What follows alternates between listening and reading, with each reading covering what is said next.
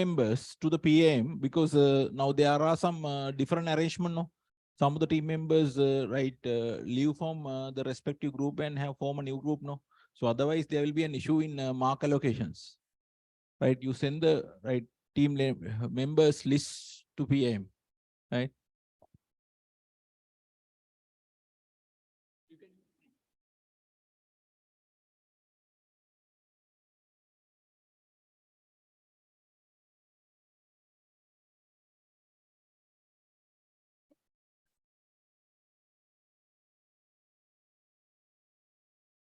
Yes, Axel. Good morning, sir, and my dear colleagues. Nelson Mandela says, education is the most powerful weapon that can be used to change the world. So, try to make something new. The members of Group 2 are here today to explain the designed strategic management plan for overall system of education in Sri Lanka. So we designed our plan under 4 steps. They are strategic implementation, strategic choice, strategic analysis, strategic choice, strategic implementation, and strategic control. So we designed vision, mission, goals, objectives, values, and targets. So let me explain the vision. Our vision is striving for excellence in academic pursuits. So if I talk about the mission,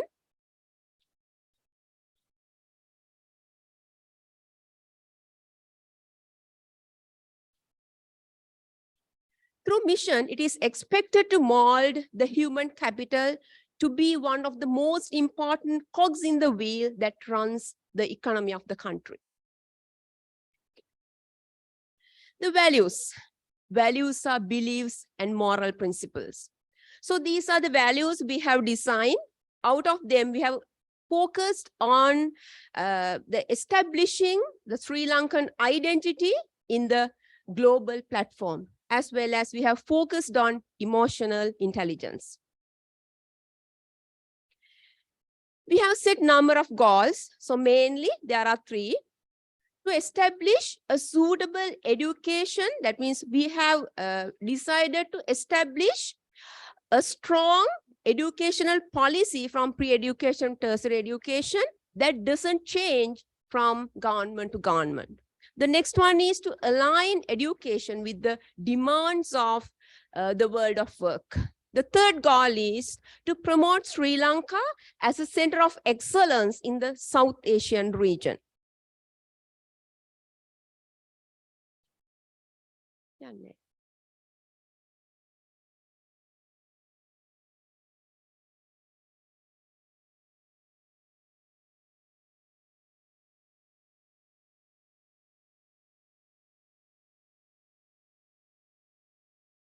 Okay, so we have designed 11 objectives. So out of them, so we thought of ensuring education, that means that introducing professional license to the teachers and updating it every 5 years, and making compulsory a degree, IT and English education for teachers, and making that 90% completion of primary education, those who enroll for primary education, and 100% completion of primary education, 9% completion of secondary education, and increasing the enrollment of students for higher education by 90%, and all the education ministries, that higher education, vocational education, to come under one entity, then implementing STEAM education, establishing 1,000 vocational institutes in 1,000 schools. So let me explain the targets. So we, our target is to introduce a strong policy for Sri Lanka, and as I explained, that to take all the ministries to one entity, the Ministry of Higher Education and tertiary education and all, and introducing curriculum that is not exam oriented, curriculum skills oriented, and introducing research and project based learning, then increase in the contribution of GDP to agriculture, services, and industries equally. So these are the targets of our strategic management plan.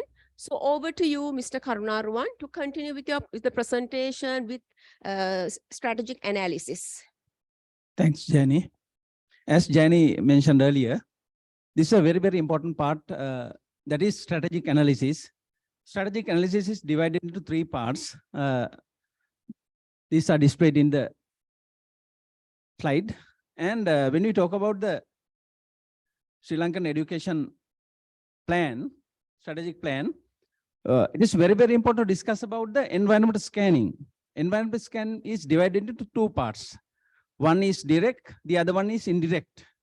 When we talk about the direct, we are discussing about the micro environment analysis. Now here in this slide, it is displayed external environment. That those are you analyze using the pestile analysis. There are 6 parts of the analysis. There are favorable factors and also the unfavorable factors. When you talk about the favorable factor, let's take political environment. In the political environment, now, as you know, now the youth are thinking about the new political era. That is a favorable factor. Unfavorable factor is political stability in Sri Lanka. Now, when we talk about the economical factor, as you know, we have an economic crisis. And also, GDP is less, and also there's a inflation, high inflation. When you talk about the favorable factor, there is, when we compare the last years and this year, there is an increase in industry sector. And also we have opportunity of tourism industry. Those are the economical favorable factor. When we talk about the social aspect, we have schools in 2 mediums, Sinhala and Tamil. And also we are taught 3 languages there. First language, second language, and international language. Those are the favorable. Unfavorable is there are multicultural societies, difficult to prepare a education policy as it is a multicultural society. When we talk about technological aspect, it is difficult to use online in rural areas because signal is poor. But as a favorable factor, in our syllabus, we teach ICT in junior secondary and also the senior secondary. As environmental factor, we have natural disasters such as flooding and also landslides, especially in Sabaragamu and western area. Favorable factor, we have a good ancient places, and also we have rainforest. Those are the favorable. As legal factor, we have child laboring, and also we have high absenteeism in rural estate sector. As a legal factor, there is a compulsory of studying up to age 16.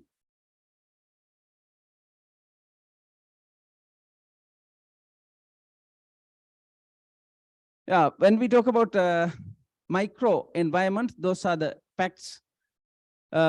Especially we have advantages in Uvavelasa University. When we compare with the traditional university, they are not focusing on job oriented. But when we talk about new government university as Uvavelasa, they are focusing new degrees suit for the 21st century. And also we have a competition between international and private schools. As Lyceum, Gateway, there is a great competition between government school and private schools. Yes, then strategic position is a very important part. There is a chain value chain we are discussing in strategic position. So, that value of chain divided into two parts, primary activities and supportive activities. Primary activities are activities that support to improve the quality of the value. Yes, these are the primary activities. Yes, then we talk about supportive activities that support for the primary activities. These are the supportive activities. Next, next opportunity for the Anoma. Thank you, Karunaruan. Then I am going to describe about the resources and competences we have identified under developing strategic implementation plan of education system. My dear colleagues, I think you all know there are two types of resources. What are the two types of resources? First one is threshold resources. Threshold resources means resources we can use as minimum requirement of our organization. Therefore, in education system, I think you all know human resources as well as basic capital resources we can use as threshold resources. Then unique resources. Unique resources means we can add value for our organization as unique resources. Therefore, there are 9.9% 1AB schools in our country and 42%, 88% graduate teachers and 54.97 trained teachers in our country. These things can be taken as value addition in our education system. As well as we can introduce more things to our education system like Ayurvedic medicine in our higher education. And there are multicultural environment in our education system in Sri Lanka, and Buddhist cultural influences gain as unique resource of our education system. Then South Asian Center for Teacher Development at MPAEM can be attracted foreign students to our country to gain value addition.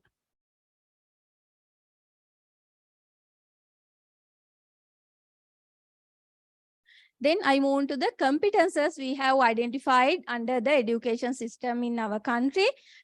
There are also two types of competences. First one is threshold competences. Threshold competences means we can use as normal processes in our system. I think you all know what are the normal processes, which means recruitment of grade 1 to 13 students in our education system, as well as the recruitment of teachers for our system. There are some scholarship programs in our system also. And value addition competences are there because of in the South Asian and all over the world, you know, our Sri Lankan education system is highly reputed, as well as there is pre-education system. Therefore, we offer midday meal, free textbooks, free uniform, and most of the time, our health ministry support for our education system. Therefore, these things can be gained as value addition competences in our education system. Then I move to the important part of the strategic plan because of corporate appraisal we use as the identification of the current situation of Sri Lanka. Therefore, we use SWOT analysis to identify current education system. There are 5 strengths, 7 weaknesses, and 4 opportunities and 7 threats we have identified. I am not going to explain these all the things, but I want to emphasize weaknesses and threats too. We have to minimize these things in our strategic plan. There are 7 weaknesses, and boys dropping out rate, I think you all know these days, very much crucial factor. And political influences as public protest for our innovations are very crucial factor. These things we must minimize in our education system next strategic plan. Therefore, I would like to invite my next colleague Sujiva to elaborate these things. Well, though my friend did not elaborate, from my explanation, you will find the answers for the corporate appraisal of strengths, weaknesses, opportunities, and threats.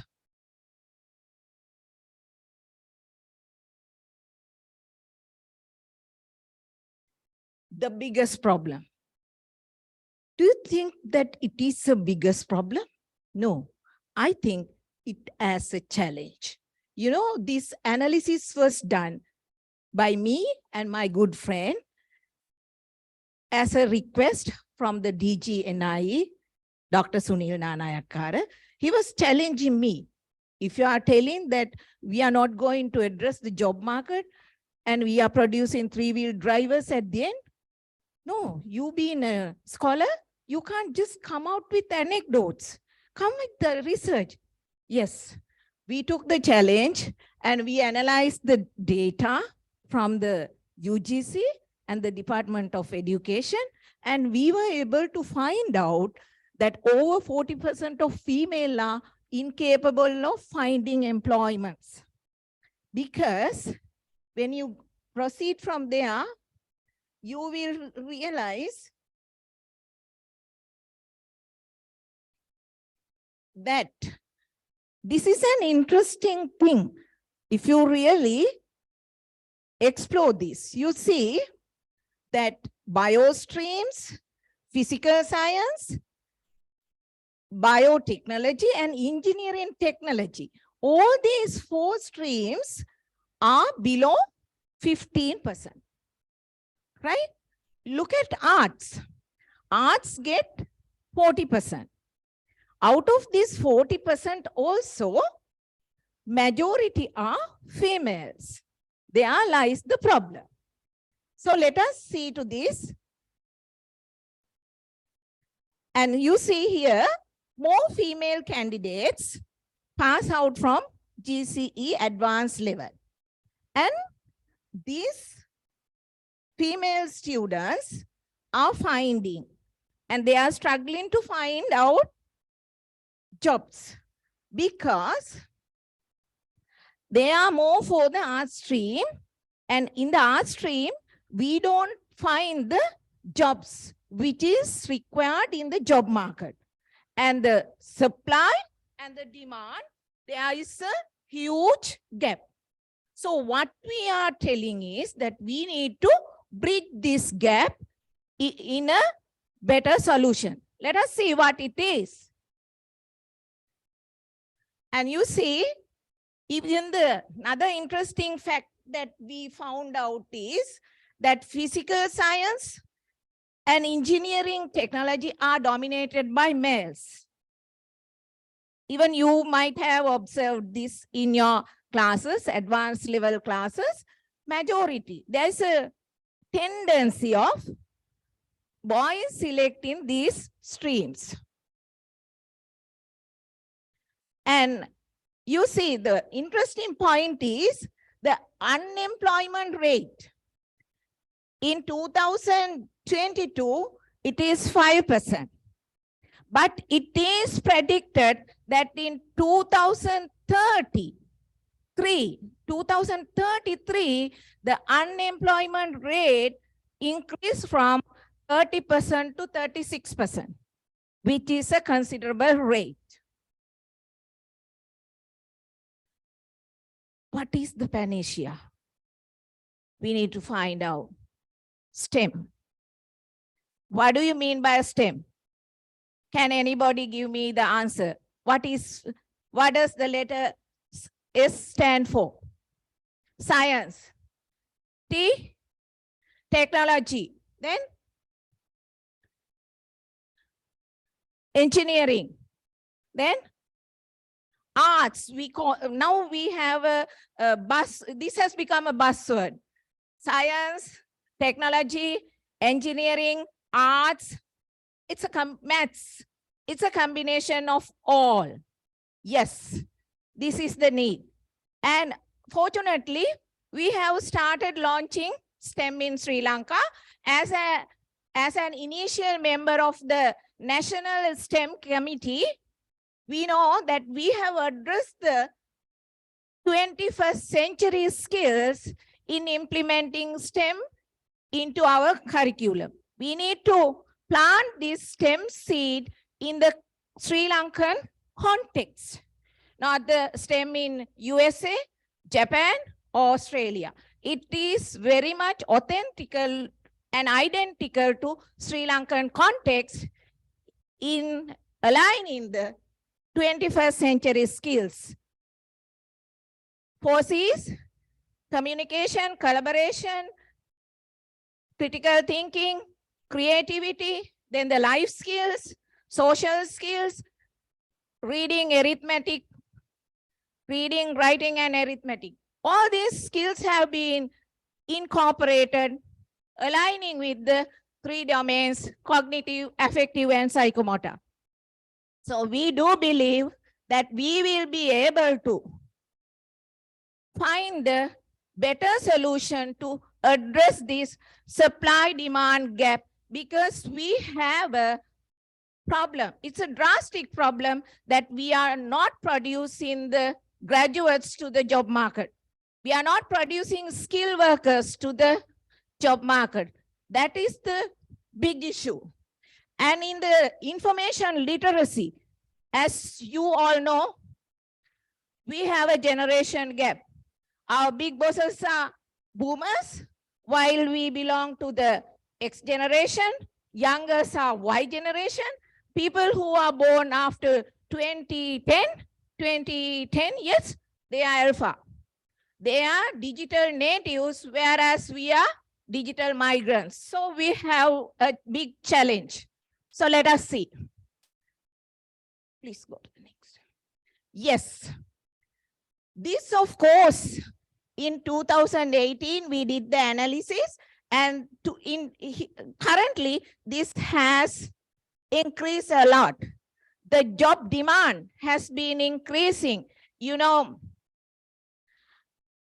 still, we are in the 4th industrial revolution, but 5th industrial revolution started in 2020, and this is 2023.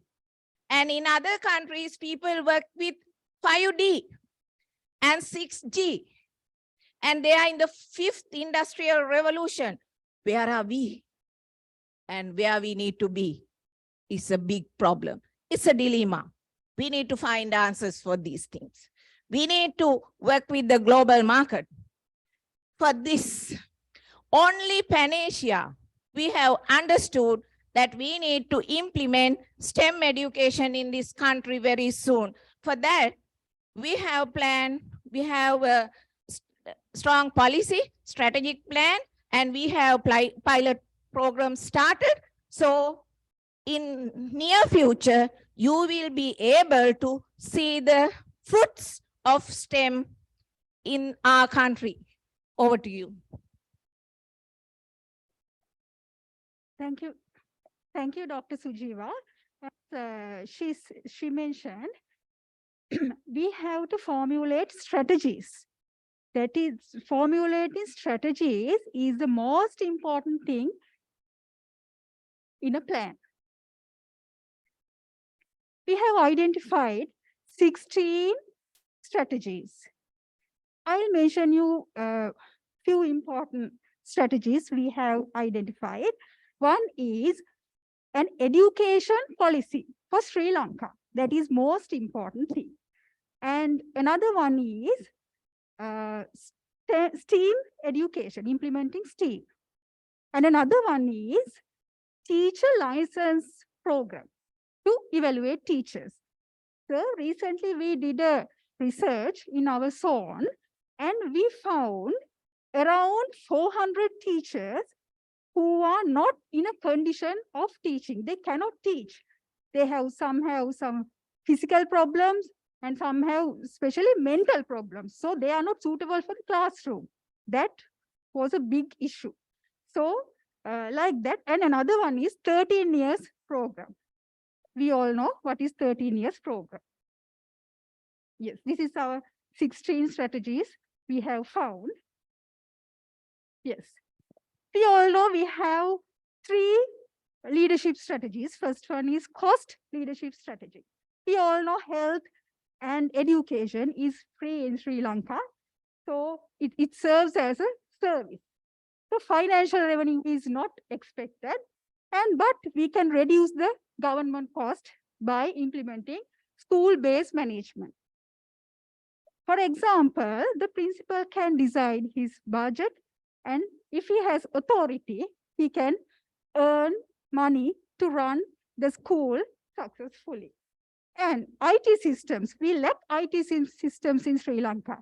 MOE, there's, I think NEMIS system is there, but the functioning of NEMIS is, it's still a problem. We can't get anything from the NEMIS. So IT system is very urgent. And decentralization of work. We all know there are divisional officers there. So we can distribute files, and we can do this in a good implementing education reform. Yes, then the second one is focused leadership. That is some kind of niche approach is there. Currently we know meal, uniform, it is, we can give it for only for poor people, and specialized curriculum for certain regions like gem cutting in Ratnapura and cultivation, those things. And the third one, I think this is the most important and most applicable in Sri Lankan education, that is differentiation strategies. STEAM education, we can train, and special appraisal for primary principals to completion of 100% primary education, and 40%, nearly 40% of females are unemployed in Sri Lanka. So 21st century skill program, STEAM education can be implemented to fulfill the gap. And also online exams. We know edXL and London exams, Cambridge exams, they are all online. So students get a lot of benefits out of it. And even if a student is sick, he can sit for the exam in 2 or 3 months. So in Sri Lanka, there's no such situation. And we know SAF, that is suitability, acceptability, and feasibility. We have to do SAF for each and every strategy. For the time being, we have put on SAF only for STEAM.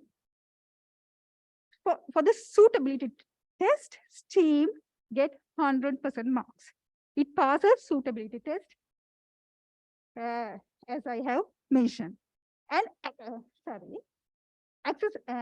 acceptability also, community accept. They have high accept. And feasibility, we have officers and budget to do the implementation. And if we concern, we have to swim across these 2 oceans to implement strategies. Blue ocean, yes, we can implement hybrid teaching, online exams, as I mentioned, and flip classrooms. Red ocean, yes, we have to upgrade teacher qualities. And yes, and we have to align university syllabus with our school syllabus. So then we'll see what is strategic implementation. It's over to you, Geeta, to explain. Thanks, Selina. In this stage, we consider 3 key components: strategic implementation, leadership and resources, and change management. Now, we are going to discuss about strategic implementation. Strategic implementation is the most important part of the planning process. It helps to identify the overall of the planning process. Now you can see the strategic implementation plan we prepared. Previously, we previously we described goals, objectives, strategies, targets. Especially now I explain about activities and relevant responsibility authority. For an example, upgrading teacher qualification, we have planned several activities. One of them is evaluating program for the teachers, awarding the professional license to them. Other one is amending the teacher service minute, including IT and diploma, IT and English diploma, including as a teacher recruitment qualification. KPI of this plan is described in next section. Other important one is leadership for implementing the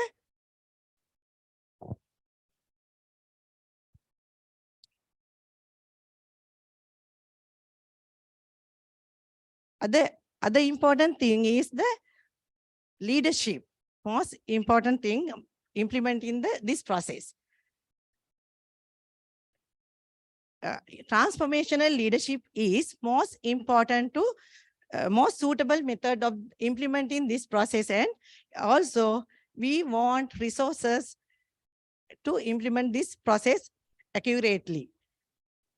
For an example, promoting the STEM education, we want more resources. We want more resources like qualified teachers, e-textbooks, is suitable curriculum and modules, any other physical and human resources. Now your chance to Damayanti, please get it. Thank you, Geeta. Let me introduce the most difficult part of a strategic plan. It is change management. You know, normally people don't like for change. So I'm going to explain you how we are going to manage our change. To manage the change, first we should unpraise the existing system. For that, we have planned to aware our stakeholders, teachers, parents, and other communities. Here, after unpraising the existing system, we are going to implement the change. When we implement the change, we have selected some strategies. You can see we have mentioned 8 strategies in the presentation.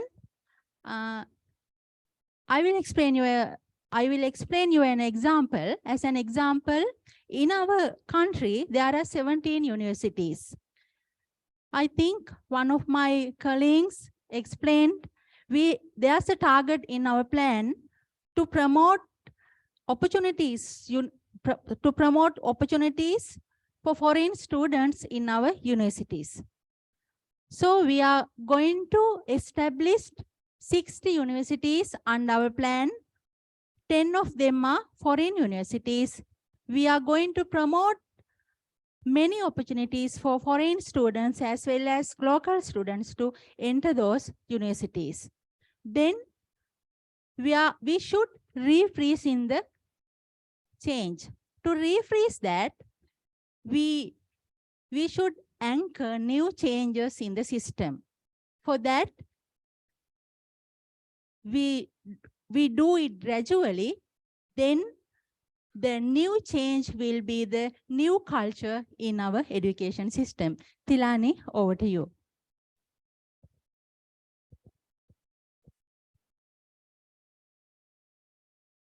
Last but not least, strategic control is the main component we have identified.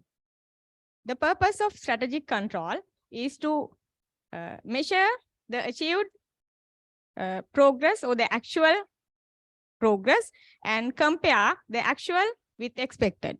So the objective of strategic control is to fill the gap between the achieved and expected. So in order to do so, we have balanced scorecard and critical success factors and KPIs identified within our strategic plan. So both financial and non-financial indicators are measured in performance appraisal in both KPIs and BSCs. We have financial, customer, operational and learning and innovative perspectives under balanced scorecard system. You can see a lot of indicators we have identified under balanced scorecard to measure the progress. Because when we implement programs in education system, these strategies in implementation, we divide them into several activities and sub-activities. So we need to measure whether these activities are being implemented properly and as expected in the system. So failure in achieving the progress and monitoring has caused the situation in mismatching the economic situation and the education. So these balanced scorecard, these indicators will help us to guide for strategic control in our strategic plan. So we have identified 6 critical success factors under our strategic plan. So mainly focusing these 6 critical factors, we have identified a number of KPIs. KPIs are small units, so we divided the activities into sub-activities. Those sub-activities are measured with KPI performance. So I will show you, there are 16 strategies we have identified in our main strategic plan. So under that, as we showed in our Excel sheet, prepared as the strategic implementation plan, we have a lot of KPIs. For example, if we expect to upgrade the qualification of teachers professionally and award them a license, so we can do this within 3 to 5 years. So within those 5 years, we should achieve 100% progress. As Tilina explained, we have to exclude the teachers who are not potential in teaching in the system. So after excluding them, we have to award all the teachers 100% license. So that is a KPI we will be achieved at the end of the program. But within each year, we can measure the progress like 20%, 30%, 50%, then reaching 100%. So there are 16 strategies and 16 KPIs designed for the purpose.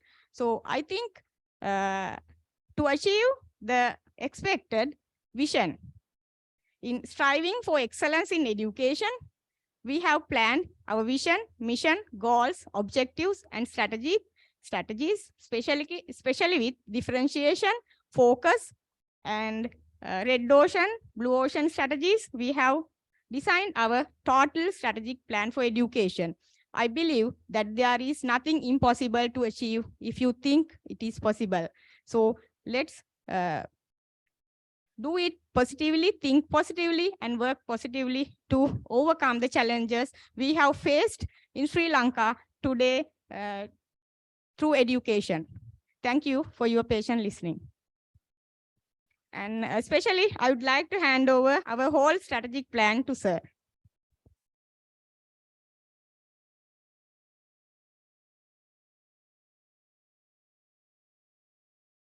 Right. So I think before I'm going to make any comments. I would like to hear from the group number 10, no? Right, about their observations.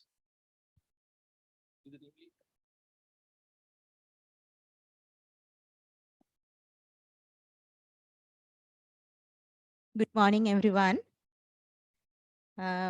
This chance will come to all of us, so I'm going to present my comments very carefully, sir. because that will come back to me and my groups. So I'm going to first present our positive comments about the group. Their start and the ending of the presentation was really good. They started and ended with quotes, so that is really nice. And there was a flow of the presentation throughout the time. And the delivery is good, and passing from one member to another is good. Yes, present of statistical data is good. They have presented them with some statistical data, so it is good. They have selected one big issue and interconnected problem and identified challenges related to them and planned according to that. Because with the time bounds, it's I think all the groups experience this problem. It is difficult to present a whole national development plan within this time. So that is good. And their presentation slides, the color matching, everything is good. And they were able to cover all the parts of the assignment as you mentioned in the instructions. And under each topic, I think they have covered within the time period, they have covered everything. Those are the positive points. Only one thing regarding the negative, I think that will come to all of us time. That is the only issue we observed. Thank you very much.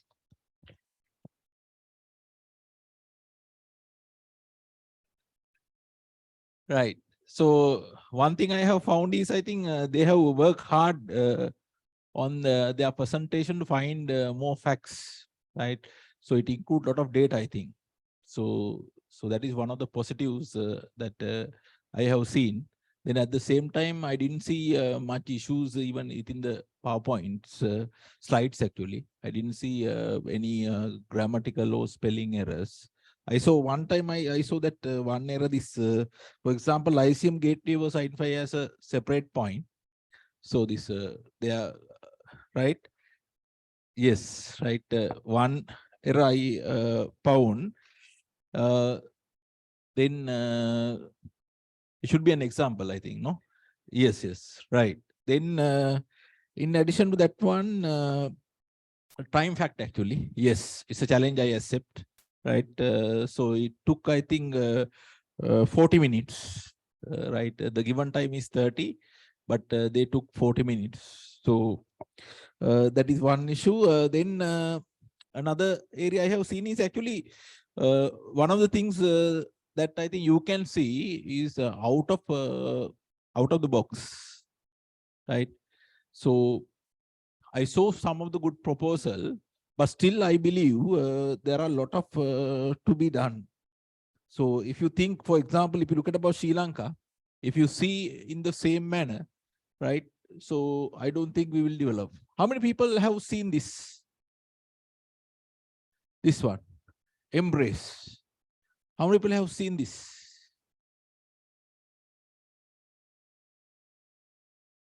This is a book, AI book. Do you know who has written this book? Prabhas Galagedara, a Sri Lankan guy who is staying in Australia. Right? This is one of the one of the main selling books, actually. Even in New York, I think that was one of the best-selling book in the world. Right? So what I want to tell you is, even for example, in our education system, do we have a plan to take these people into the system to get their knowledge? Right? Because this is a very simple point I'm telling you, right? So there are a lot of Sri Lankan, right, who has achieved very good status, right, in their respective field in the world, right?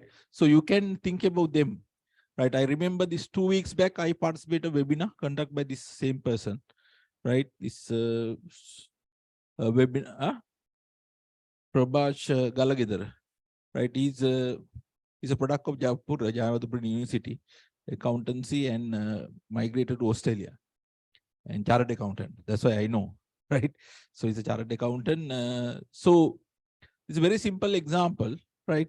On the other hand, so now you have I saw the data that the girl pass rate is high, no, in A levels, right? So what has happened to them?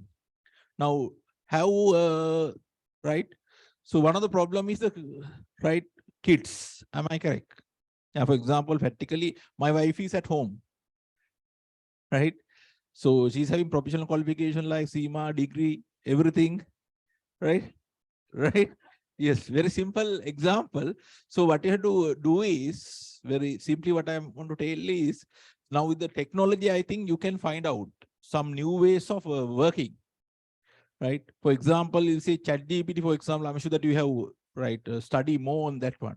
ChatGPT, for example, the skill I have developed, will say, for example, most of you may have developed some skill in English, for example.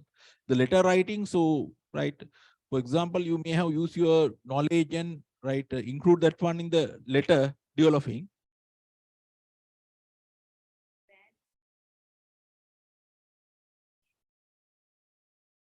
Yeah, some countries that have been done that one. So what I'm going to tell you is there will be no difference between myself and, we'll say, someone who has just passed A level, who is not having a good English knowledge, right? So when it comes to the writing, for example, you can't differentiate yourself.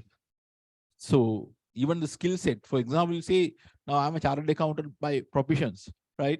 So my skill set, for example, financial analysis, if I give the data for the ChatGPT, they will do it, right?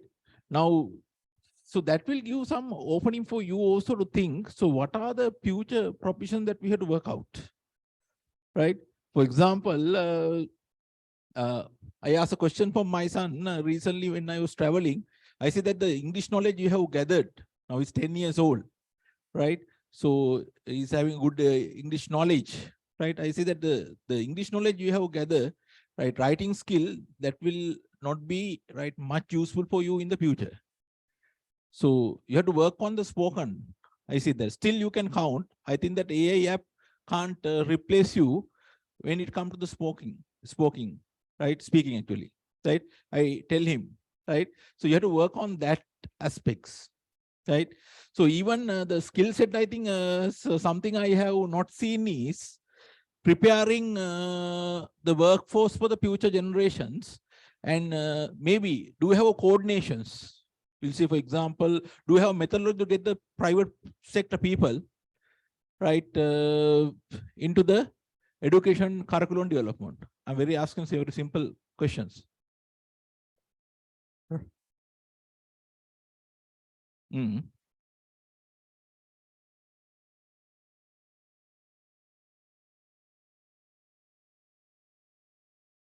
Mm. Mm. Okay, right. For example, you will the curriculum development, for example, right? Do you have a methodology to get people like, we'll say, someone who is working at John Keel's, or someone who is working at, we'll say, some other organization like IT organization, we'll say, right? So do you have good methodology? So these are the things that I have found is that you have to come out of, right, out of the box and think actually. For our country also, what has happened is we work in a traditional system, no? That's why it collapsed, right? So anyway, that's a fantastic presentations. I hope average marks I can give is more than 23 out of 25, right? So that is, I hope you agree with my point, right? Right, then next group, we'll invite next group number 3.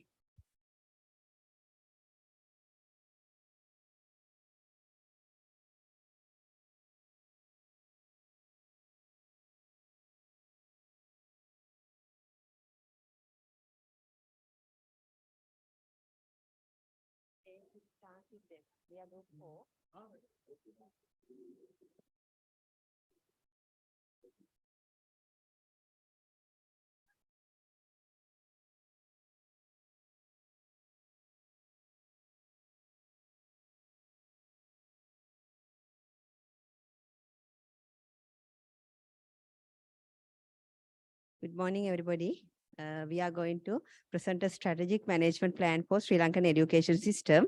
We are group 4, and These are our amazing group members, and I am the group leader. And this is the outline of our presentation. We are going to conduct it under 8 main topics. Before build up a strategic management plan, we gather some information.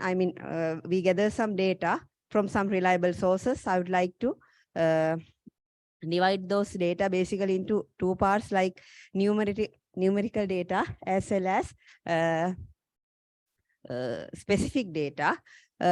Numerical data we collected for the purpose of feasibility analysis. You can see some examples here, like number of schools, number of students, number of teachers, likewise. And I'll elaborate some things for the specific data, the data like teacher information. For an example, that in this chart shows the teachers by their experience. We can see there are some teachers like experienced teachers, non-experienced teachers, as well as less experienced teachers. So actually we took those data with the purpose of designing some strategies for our plan. And third one is this is also some example for some specific data types like unemployment rate. We have collected this sort of data. Here you can see the unemployment rate of Sri Lanka is at the end of the first quarter of 2022, it was 4.3. And actually for today, you can search it. It has been increased by 1%. It's now for today, it's 5.4. So for 1 year, it has been increased for 1%. So these sort of things we have to address by our strategic management plan. That's why we have gathered those sort of numerical as well as specific type of data. Then shall we move on to the strategic management plan for Sri Lankan education system? We hope to present it by step. First, we have established a clear and strong vision. Our vision is establishing a quality education for creating productive individuals. I would like to emphasize 2 things here: quality education and creative productive individuals. The mission you can see here. You can read out carefully. We set the mission according to the vision. Actually, the mission at the end of the process, we need to sharpen the individuals' attitudes, skills, knowledge, as well as practices, not only the knowledge. So thereafter, we set some goals. We set 7 main goals for our strategic management plan. I shall go one by one, and the first goal is restructure the present context of Ministry of Education.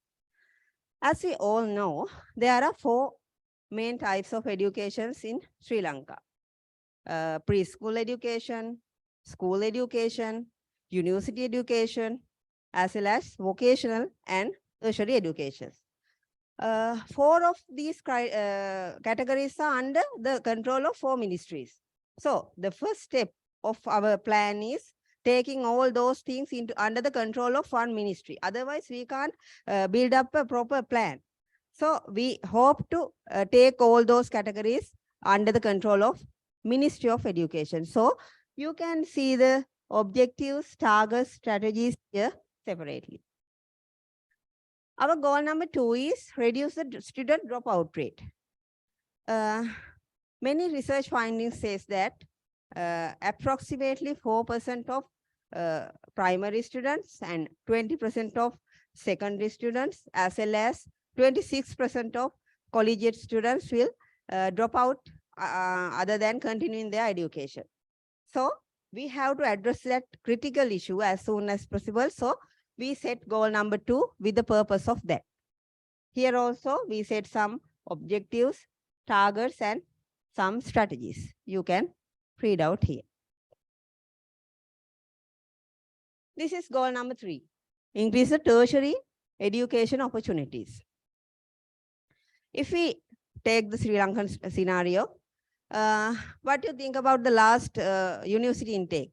In 2021, it was the only 63% 5 students have got the eligibility for to the enter into the university. But only actually with the facilities of the universities and the infrastructures, only 6% of the students have the actual chance to enter into the university. So what happened to the rest?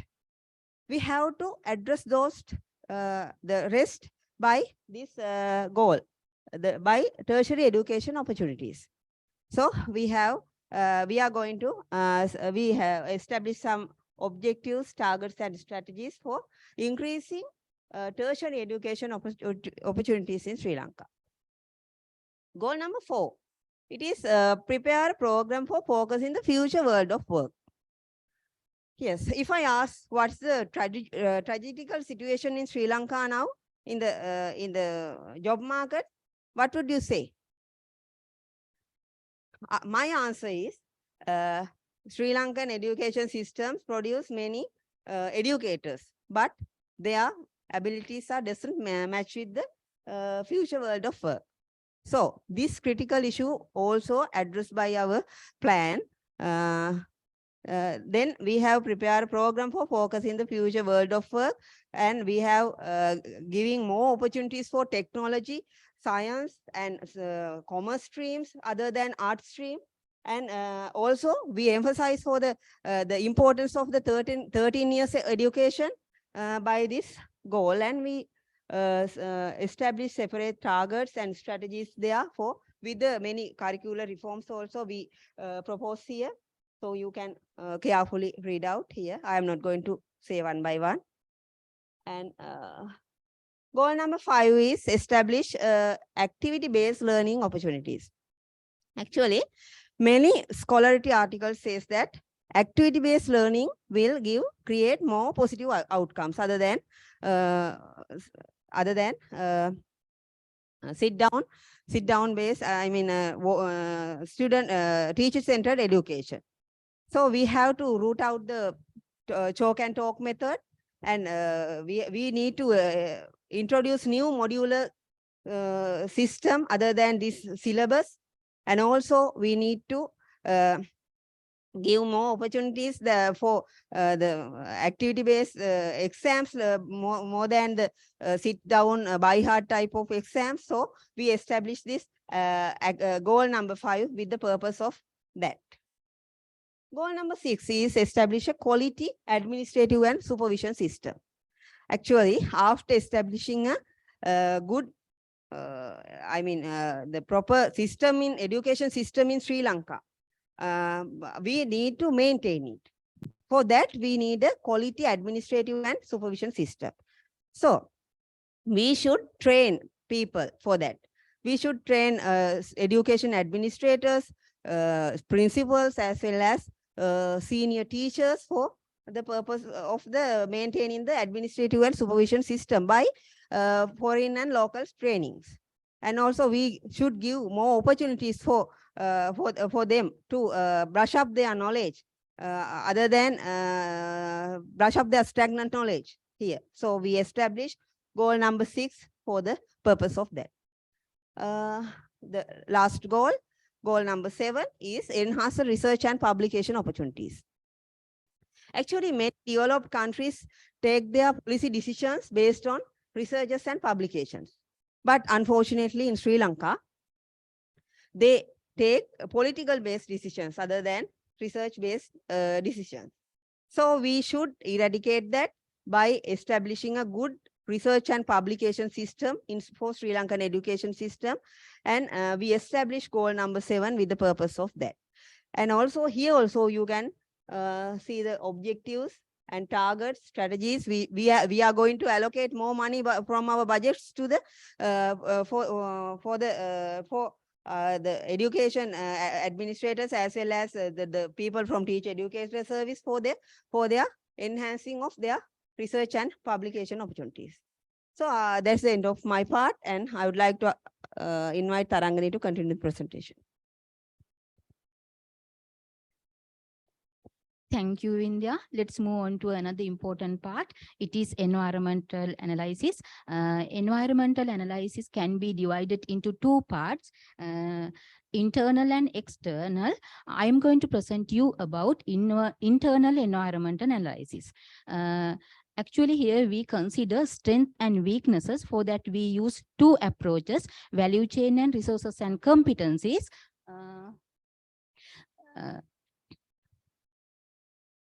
Here you can see, let's first see primary activities. Primary activities directly concern creation. I'll explain this with an example. Education is a large system. Our NIE makes the curriculum and exam department is conducting examinations. Early childhood development is supervised by district secretariat officers, and our students take vocational training from various institutions. It is clear that there is no interrelationship between these entities. Therefore, having a good interrelationship among these sections, among these institutions is very important. We identified it as one of primary activity and support activities. Here you can see support activities, support to the primary activities, infrastructure, facilities, physical resources, human resource management, developing like that. Now let's see resources and competencies. Resources, threshold resources and unique resources. Threshold resources are very important because without these things, we cannot make any changes. Physical facilities, human resources, and technology. These are the things we need for the threshold resources. Unique resources. Unique resources cannot imitate. If I explain this, our education system doesn't have a mechanism or a methodology to train and recruit teachers and principals. Therefore, Ministry of Education should have a mechanism to produce qualified teachers and principals. That is one of unique resources. The most important thing is the way we use unique resources. That is the end of my part. I would like to invite our next presenter. It is over to you, Dilu.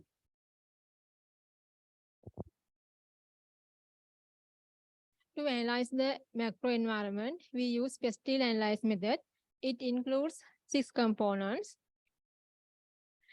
First one is political factors. It is affect to Sri Lanka education system like this. Education government involved to making education policies, rules and regulations, and curriculum changes approved by government, and also they introduce different programs and funds.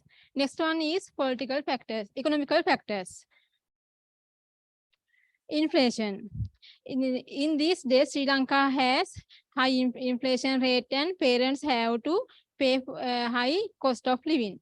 And also economic growth, cost of education. Although Sri Lanka has free education system, students have to pay for education, and all students unable to enter to the government universities, and others have to pay for private universities. Then high unemployment rate due to the jobs due to the shortage of jobs. Good degree holders have to work in less paying jobs. Then students discouraged about higher education. Next one is social factors. In our Sri Lanka, Sri Lankans' main job is agriculture. In rural area, a lot of students haven't a good idea about higher education. So we consider these factors in social factor analyzing. Population growth rate.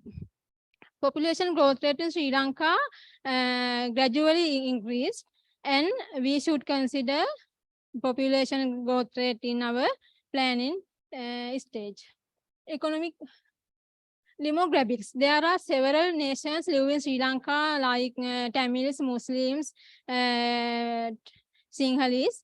We should make strategies plan for these demographic nations.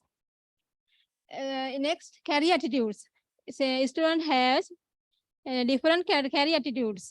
We should consider their career attitudes and distribution of wealth. Next one is technology. Using internet and resource, we can analyze these factors. In rural area, students unable to access internet properly, and they haven't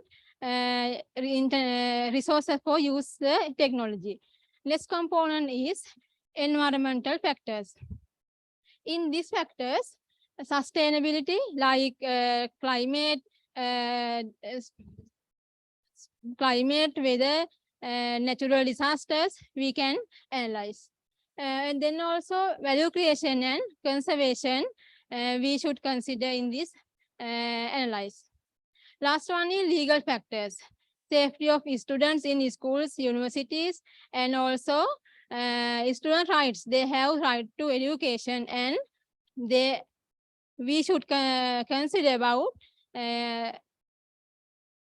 equal opportunity to students. Now my part is over. I invite to Mrs. Chirantika. Okay, thank you, Dirusha.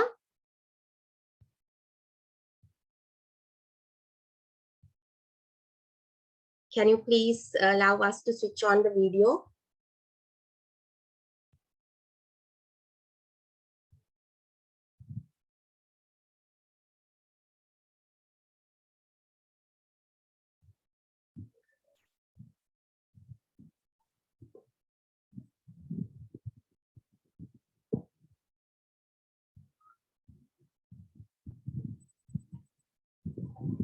Okay. The previous two speakers talk about internal and external environmental factors separately. So here I'm going to illustrate a summary of factors affecting to the current education system through a SWOT analysis in order to implement our strategic plan. So here we have identified several strengths, weaknesses, opportunities, and threats.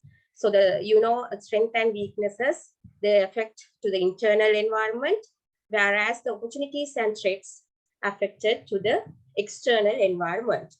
So when we talk about the strength, we have identified here several strengths. Among those, energetic workforce, and then attractive teams for working. And also we have adequate physical resources and some financial resources to some extent. So some other strengths also you can see in here this chart.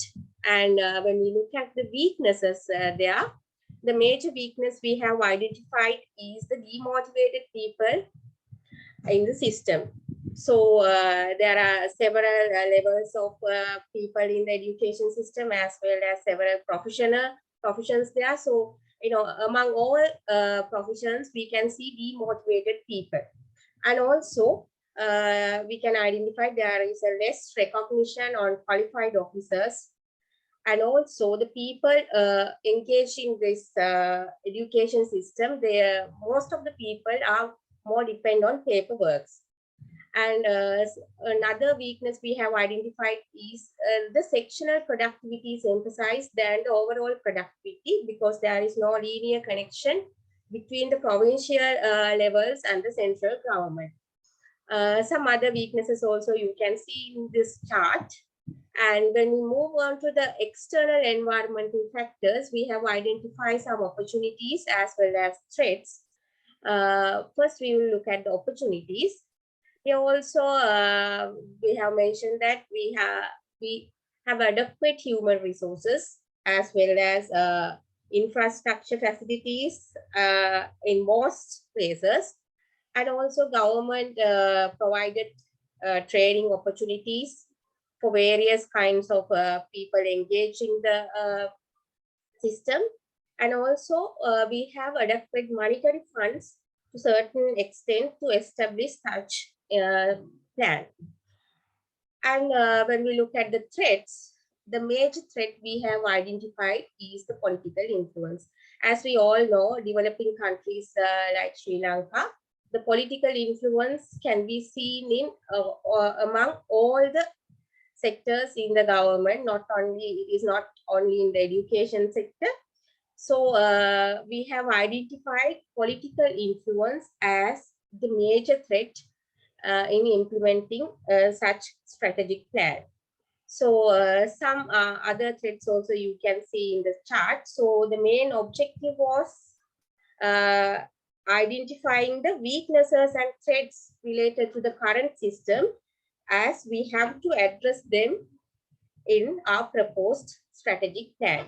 So that's all about the SWOT analysis. Now I would like to invite Harsha to carry out the presentation. Over to you, Harsha. Thank you, Chirantika. Now I'm going to talk about Michael Porter's genetic strategies with blue and red ocean theories. In cost leadership strategy, mainly focus on the new things, especially cost reduction and reduce the cost of production. In education sector, especially teacher training programs. If we consider teacher training, there are more than 200,000 of teachers in the country. Then it is difficult task. It needs training of trainers, TOT methods to train the teachers, especially officials, principals, and then school teachers. Using with school available resources are mainly help to train the teachers. There are computers, Zoom technology, and smart classroom, smart boards are in the school system. Then if we use these kind of things, we can reduce the cost of production. Then if we consider about differentiation strategies, in here mainly there are special things are in school system. Some schools are very special for sports, some are very special for grade 5 scholarship, some schools are very special for science, some are for technology or mathematics. Then if we consider about the focus strategy, there are two strategies, cost focus and differentiation focus. In a rural area, isolated schools are mainly focused on their surrounding peoples and their requirement.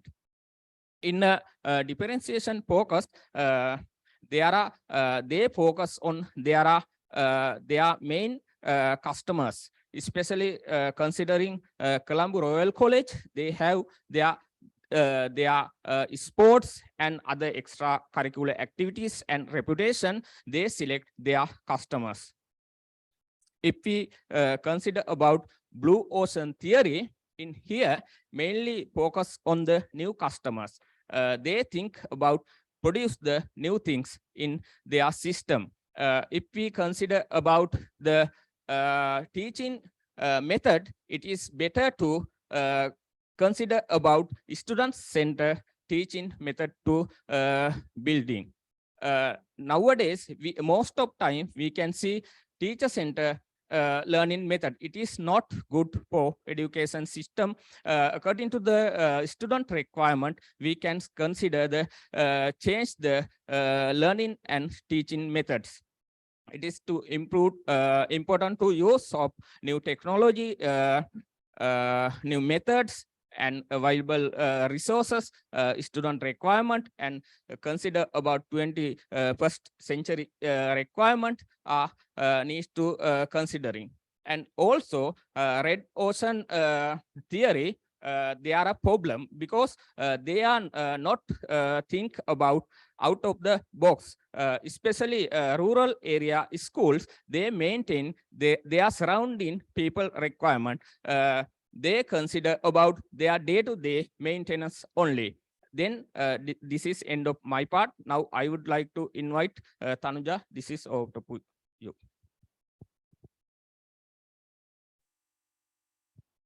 Thank you, Harsha.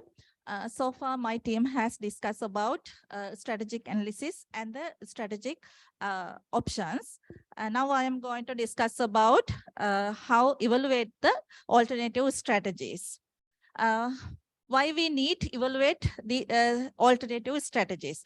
Because we should evaluate to identify what is the most appropriate strategy which help to us to achieve our organizational vision, mission, and goals and objectives well. So we can use SAF model for evaluate the strategies. What is the SAF model? SAF means suitability, acceptability, and feasibility. Suitability means here check whether proposed strategy match with the existing organization competences, objectives, and how correct the weaknesses of the organization, as well as it should enhance opportunities and competitive advantages to the organization within the industry, as well as it is aligned with the risk which expected by the senior management. What is the acceptability? Acceptability means here check whether proposed strategy match with the expectations of the organizational stakeholders. There are two types of stakeholders, internal parties and external parties. When we evaluate in our strategies, we should consider both parties' expectations. Feasibility. Here, check whether proposed strategy is practicable and capable to implement. When implementing the strategies, we need more resources, and we should have the ability and the time also, as well as we should consider about the competitor responses. The most important thing is this SAF model is, it is a sequential process, because first of all, we should consider whether the strategy is suitable with our organizational vision, mission, goals, and objectives, so on. After that, we can move to the acceptability and feasibility. In addition to this SAF model, some of them use the sustainability also. Sustainability means here check whether proposed strategy provides long-term benefits to the organization or not. Now I am going to discuss by using an example related to education field using the SAF model. Here we select strategy, prepare curriculum reforms suitable to the future world of work. Suitability. When considering the strategy, this strategy is economically effective, as well as it help to reduce the unemployment rate of the society, as well as it motivated to act purposefully, especially for our students. Under the acceptability, in education system, I think the entire society is stakeholders, parents, students, administrators, principals, teachers, government, and the entire society is related to the education field. All of them are stakeholders of our education system. So when evaluating this our strategy, we should consider all the parties' expectation. A most common expectation of all the parties is producing a productive citizen to the society. So this strategy is aligned with the acceptability. Under the feasibility, we all know to prepare the curriculum reforms, we should have more resources, well-talented people to develop the curriculum, as well as we should more training sessions, as well as the financial matters. Also, we have to deal with considerable time. So this is the evaluating of our strategic planning. Now it is going to implement. So I invite Kaushi to continue our presentation with the implementation plan. Thank you, Tanuja. Strategy implementation. Implementation strategy is the most important part of the plan. Providing enough resources, using correct leadership style and management, the changes are very important for strategy implementation. Let's see what are the resources that we need to implement the strategy. We divide it into three. First one, financial. In here, provide adequate allocations for researchers, publications, and physical resources, and hiring human resources are very important. Second one is physical resources. As we all know, conduct educational reforms, we need plenty of physical resources like buildings, machines, labs, and tools like that. The other one is human resources. It's important to have a perfect human resources enriched with abilities of various fields like research and IT, education and administrations. Let's say, next, leadership. There are so many leadership styles, but as educators, we are focused more about transformational leadership style. Here, it helps to change the person and make it through. We can use this type of leadership style for conducting awareness programs, trainings, and introducing reforms. Transactional leadership style also we can use for measuring performance. Next one is change management. Many people will naturally resistance to change. From the past, various type of strategic plans regarding to education were made, but the implementation was often failed because of the poor change management. In here, we use Kurt Levin's change model involving 3 steps. First step, unfreezing. Here, first of all, why the change should happen should be explained. We should explain what are the shortages of the educational system and its incompatibility with the world of work and its necessity and urgency. For this, all the stakeholders should be educated by using awareness programs, meetings, workshops, and also using media. Second step is change. In here, first of all the resources, instructions, and assurance should be provided for change to take place. Last one, refreezing. Here, going back to the previous situation should be avoided. We can use new organizational structures and job descriptions, acts, circulars, and as well as the change should be embedded to the culture also. That's the end of my part. I would like to invite Pubuduni to continue the presentation. Over to you, Pubuduni. Thank you, Kaushi. Can you please allow me to switch on my video?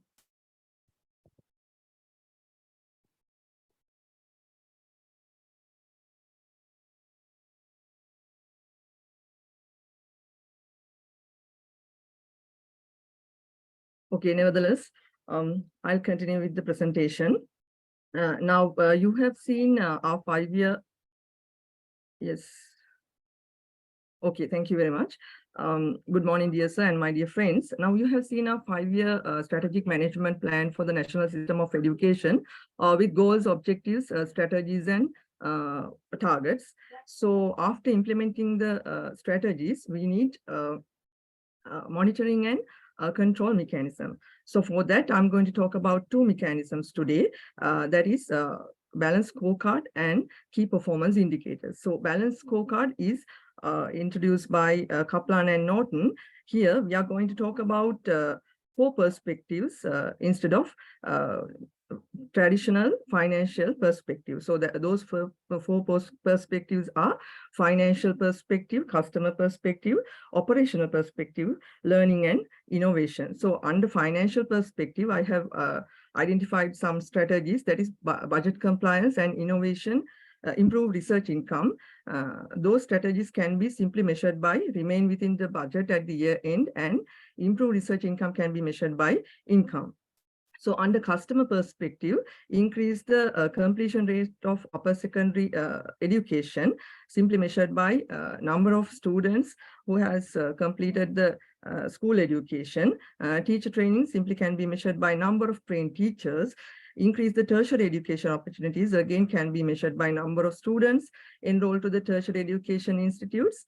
And we have strategies like increase the number of students selecting technology, science and commerce streams for GCE A level, which can be simply measured by number of students enrolled. Under operational perspective, we have strategies like administrative reforms, simply measured by reporting methods. That means we can take reports from zonal education office and schools who have implemented these administrative reforms. And we have strategies like teacher training programs again, can be measured by number of training programs here in operational perspective. And student awareness programs also can be measured by number of programs, and curriculum reforms, number of schools implemented those curriculum reforms. Under learning and innovation, we identified two strategies: promote academic research and improve international profile through research and publications, which can be simply measured by number of publications and number of international journal articles published. So under key performance indicators, key performance indicators are always aligned with critical success factor. That means without this critical success factor, we can't achieve our objectives. So I have identified 6 objectives according to our 5-year strategic management plan, and their critical success factors and their key performance indicators. Number 1 is education reform. Critical success factor there is reform schools. Key performance indicator is number of schools completed those education reforms. Second objective is enhance the upper secondary education completion. That means students who have completed the school education. So critical success factor is upper secondary education completion rate, and the key performance indicator is number of students completed the upper secondary education. Objective number 3 is increase the number of students intake to the tertiary education institutes. There also critical success factor is enrollment. Key performance indicator is again the number of students enrolled to the tertiary education institutes. Fourth one is increased number of students selecting technology, science, and commerce streams. There are also critical success factor is enrollment. Key performance indicator is again number of students enrolled to these subjects. And fifth one is increase the local and foreign training and development opportunities. There are also critical success factor is training and development. Key performance indicator is number of trained education administrators. The last objective I have identified in a 5-year strategic management plan is increase the opportunities for research and publications to the professionals in education. There are critical success factor is publications, and key performance indicator is number of peer-reviewed journal articles. So that's all. I think you have seen a 5-year strategic management plan. Thank you very much, everyone. Over to you, Vindhya, to hold the Q&A session. Thank you very much.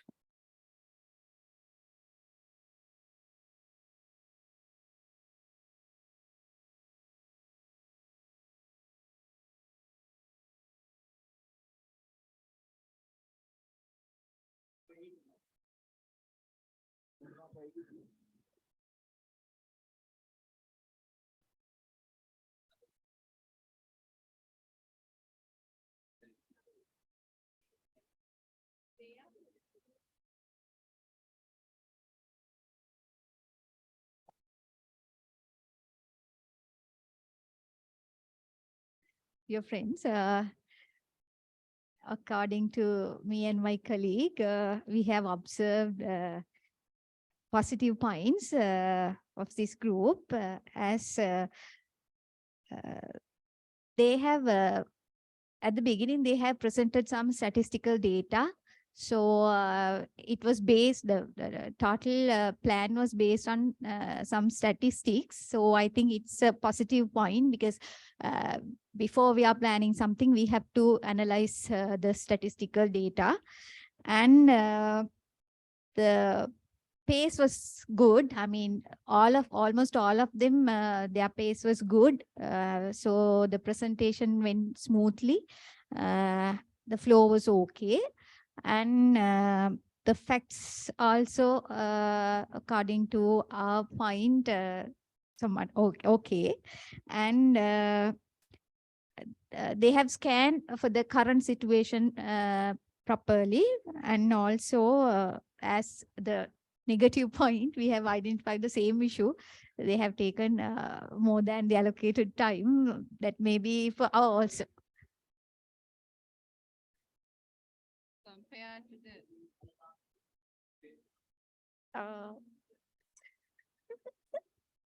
I think almost all our groups have worked hard for this. So I request you to give us the marks, same marks for all.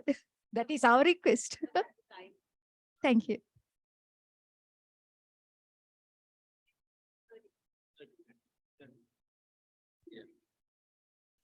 Right.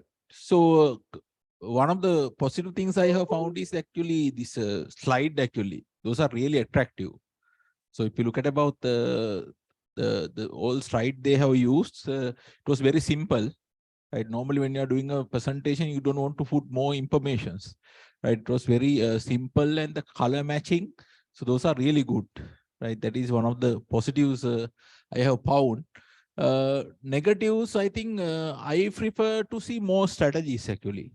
Now in the strategic plan, actually the number one thing is to focus on the strategies. No, right here I didn't see more strategies. Right, the key component was missing in the presentations. It was there, but I prefer to see.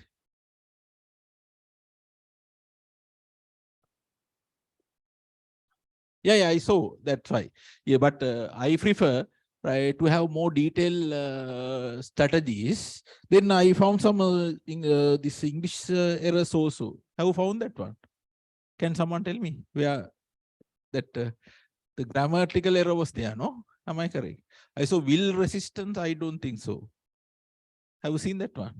Right? Yes, I saw one grammar error, grammatical error. Some of you maybe English teachers know better knowledge in English, I think. So than me, right? So one grammatical error was there, right? I found then yes, the timing is again the same problem, no? Time exceeded. So at the moment, how many marks I want to give for you? We'll ask from the first group. What do you think? No comments. Right. So comparely, I will give 22. Right. Compare with the first group. Because first group, I found more strategies and more data actually. So should give more on that one. Later we'll see at the end whether we can add 1 mark for all group. Right. At the end we'll see that one. Right. Then shall we have a 10-minute quick break? Right, 10-minute quick break. So sharp at 11 we'll right start. Right.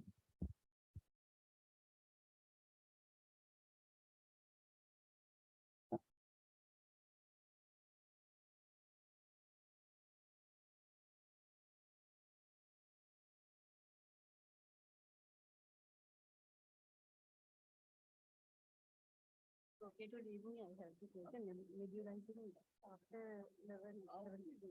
Thank you. I shared that link in our group, so you announced that then they will submit. I submitted the response. Yes, the 1.5 is excellent. We do submit.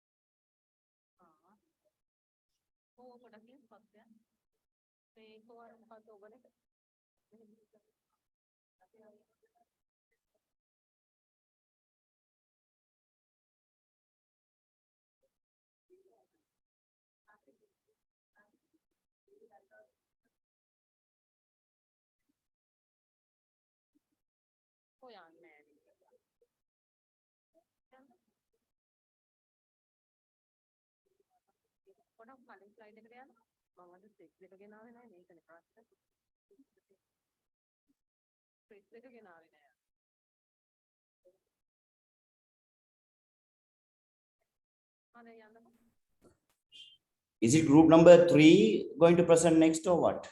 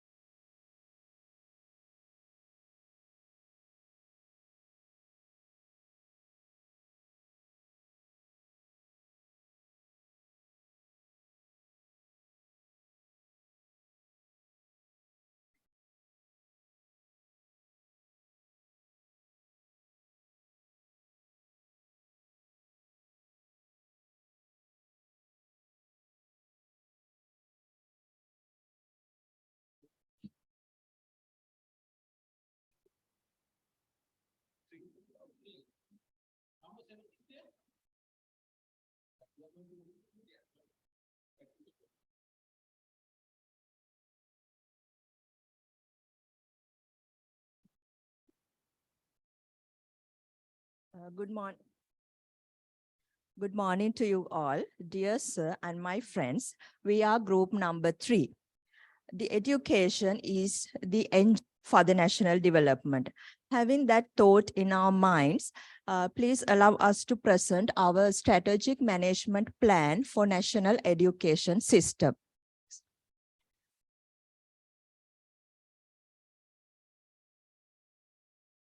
Here are our group members. We've got 7 members in our group.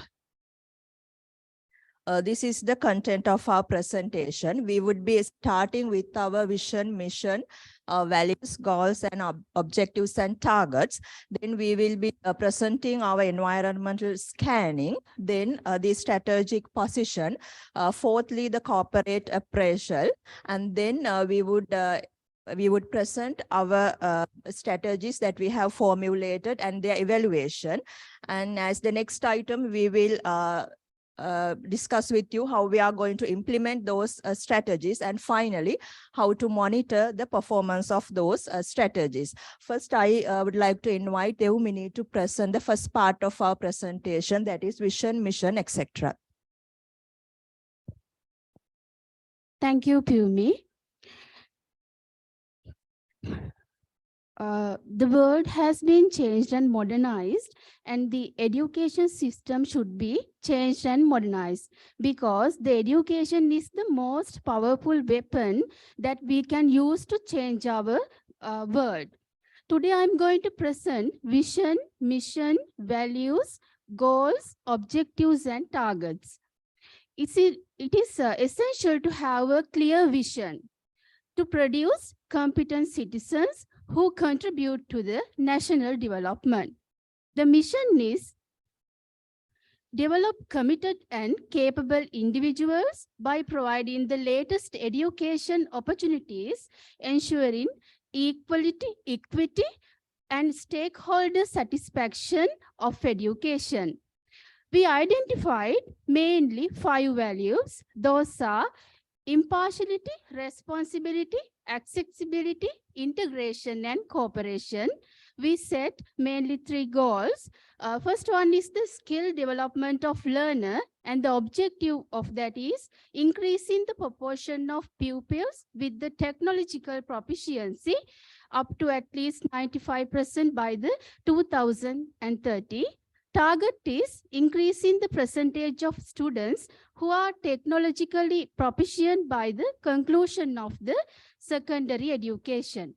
The second goal is the moral development of learner. The objective is 100% student engaged in moral activities by 2030, and target is increasing the student involvement in moral development activities. The last one is the increase opportunities for career advancement. The objective is the proportion of students studying vocational subject should be rise at least up to 75% by the 2030. Target is every student should be proficient in a particular occupational subject by the end of their secondary education.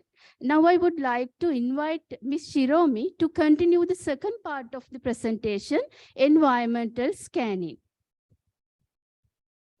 Thank you, Ms. Deumini. Before design effective strategies, we should look our environment. We should look at our environment. So environmental scanning is a very important element in strategic planning process. First of all, I will explain what is environment. Environment is all internal and external factors affecting organizational activities and decision-making process. Environment is changing continuously. So management in any organization should have ability to understand what is happening in the environment, what are the causes of changes, and they should identify critical changes of the environment and adjust it. So environmental scanning is very important. We can divide the environment as internal and external. External environment can be divided divided in as a macro and micro. We use pestle analysis to analyze environment in macro level. First one is pestle analysis is a framework which assess to used assess to environment, especially in external environment. Political environment is denoted by P. Political changes of the environment affect all activities of the organization. I will explain using some examples in education sector. Political environment affect in many ways. First one is education reforms. When new government come to the force, come to the office, they initiated to introduce new reforms. And qualifications level and recruitment level may be changed according to the government policies. Sometimes government interfere for transfer of teachers and principals. So it is badly affect for the education sector. Some policies also affect for the education sector. Sometimes highly valued workforce move from education sector because of the political decisions. Second one is economic environment. Economic environment also affect for education sector changes, especially funds allocation from from the budget may be increased or decreased according to the economic condition of the country, and education ministry should support, provide resources to schools because of the inflation rate. Providing all resources may be reduced. And as I said in previous, because of this economic condition, bad economic condition, highly valued key staff may be moved education sector to another sector, or they may be go abroad. Sometimes parents are unable to provide resources to education for their children, so children are withdrawn from the school, so student absenteeism, student turnover is high. And third one is social environment. Social environmental changes also affect for the education sector. Local population changes, birth rate, demographic changes, social networking, all are affect for change in the education sector. And technical, when we consider technical changes after COVID-19 pandemic situation, demand for online learning has been increased. So education sector, education ministry should provide more technical resources for teaching learning of the schools. And today, when we talk about the environmental situation today, climate changes and disasters are high, and waste reduction are main issues of the today environment. All those environmental changes changes affect for the education sector, because education ministry should make aware our children about these environmental issues, so they they provide some resources for that. And finally, I will explain how to legal environment affect for the education sector. Compulsory education, education access to right to access education ensured by the constitution, and our new legislation, child protection legislation, change of school leaving age, all are affect for the change in the education sector. And we can analyze our education sector Under following microenvironmental analysis, we can do microenvironmental analysis. Our customers are grade 1 to grade 13 students. Competitors are private schools and international schools. Our employees are in education sector, SLES, SLTS officers, principals, teachers, and non-academic staff. Our schools can be divided according to ownership: government-owned schools, semi-government school, and private schools. Suppliers are staff are recruited by the government. Some service are outsources, and we buy we do our procurements through tender process. Now I invite Ms. Maldami to continue our presentation. Thank you, Shiromi. In my part, I will explain about the strategic position in our plan. By using value chain, we identify our internal environment of the education system. Our education system is a process. That process make an eligible citizen out of a student that come to our process. And we have divided the value chain into two parts, primary and supporting activities. It was quite difficult to divide these activities into these two categories because each activity is important and equally important as we identified. I will explain about these primary activities. First one is infrastructure. In our education system, we have a major role in infrastructure because there are numerous infrastructure in the system. This infrastructure can divide it into both like buildings and others. In buildings, we have classroom, laboratories, libraries, stadiums, auditoriums, and etc.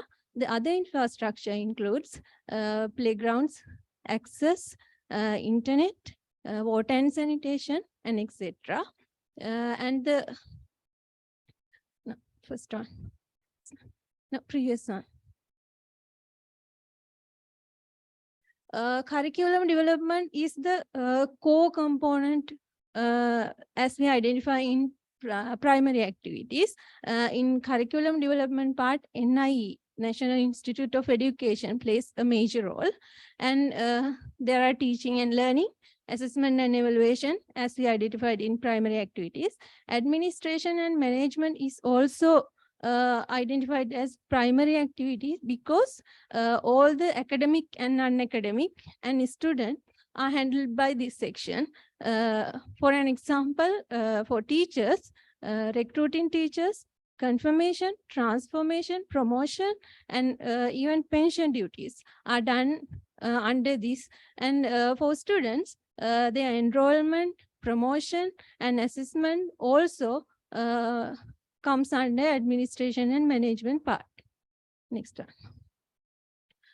We have identified 6 supportive activities: policy and planning, resource deployment, capacity building, student welfare, partnership and collaboration, and research and innovation. Next one. Resources can be tangible or intangible. And we have divided the resources into 2 parts, threshold and unique resources.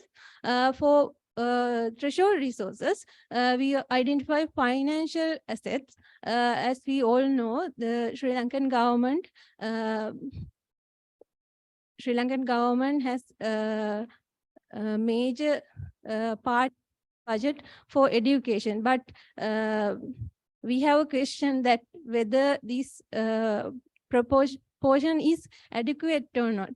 And physical assets, as I earlier mentioned, the infrastructure we have all comes under these physical assets. Apart from that, we have ample of lands in our schools. In more than 10,000 schools, government schools we have, the lands comes as a physical assets, and also the human resource.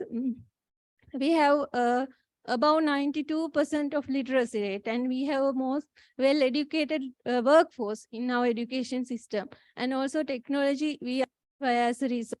And as a unique resource, we have a reputation in production of well-known graduates, especially in engineering, medicine, and business. They can identify it as resources. And competencies.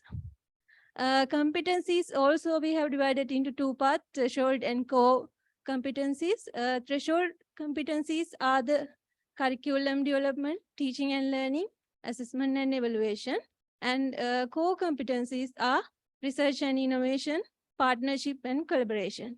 With these, especially with the core competencies, we can have a competitive advantage to build our strategic plan for the nation. And next, I would like to invite my colleague Kalani. I will explain about the corporate appraisal where the SWOT analysis is used. Actually, SWOT analysis is, if we explain about the SWOT analysis, actually we use it to identify the strong and weak areas of an organization, and also to identify the main opportunities and threats of an organization. So here I will discuss about the strengths, weaknesses, opportunities, and threats of the national education system. First, let's look at strengths. So we identified these strengths and weaknesses through statistics. Especially we use some statistic report. The major strengths are literacy rate is high in our country, and the primary net enrollment rate for the primary education is in a higher level. Then the primary education completion rate is also higher. And on the other hand, there is we have a pre-education policy in our country, so it eliminates the disparity. And the number of students qualified for the GCE A-level is also in a higher level. It's around 70%. And the number of students who are qualified for the universities are also in a higher level. Then let's look at the weaknesses.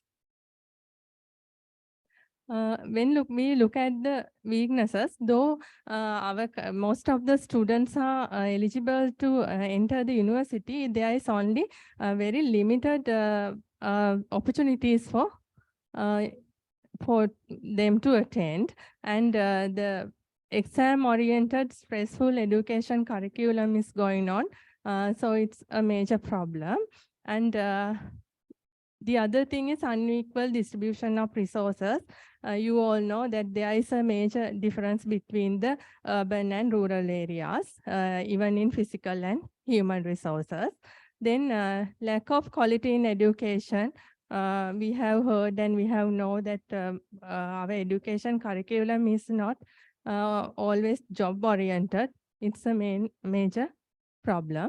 Then the low expenditure on education. The government expends mostly around 6% on our education most of the time. It's a very low amount. The next one, we will talk about the opportunities. Actually, our country gets many foreign funded projects. Now also that World Bank funded and ADP funded projects, and GEM project is a major project in these days. So these projects help a lot for our education development. Another opportunity is the demand for the skill based education, because and another one is there are enough enrollment of foreign students in our education system. Most of the foreign universities are here, and even in the government sector universities and education institutes, it's a tendency of attending foreign students. And social acceptance of the government education is in a higher level. It's a great opportunity. And we have to concern about the political propaganda. Also, it's a major opportunity because government concern a lot about the government education. Then I will explain about the threats. Earlier also, I said that there is a mismatch between the curriculum and the world work demand and the lack of motivation of professional development, because most of the teachers are not attending training programs and they don't concern more about the professional development, but it's a must.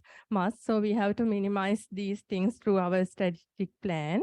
Then political and economic instability in our country. You all know nowadays we are in economic crisis, so it affects a lot in our education system. And the private coaching classes, it's another major threat because most of the students try to trust on private classes, not on the school education. That's all about the SWOT analysis according to our strategic plan. Then I will invite Ms. Piyumi for the other explanations. From this point onwards, I would explain about the strategy formulation. Now concerning the environmental scanning and the findings of SWOT analysis, we have formulated our strategies for the strategic plan. We have identified numerous strategies, but out of those strategies, we have chosen these 12 strategies are the most important strategies. So the first strategy is the increasing investment in education. Second strategy is to focus on teacher training and development. Third one is to introduce new technology, new teaching methodologies. Fourth one is to promote inclusive education. Fifth one is to enhance the use of technology in education. Sixth one is to encourage parental involvement in education. The seventh one is the strength early childhood education.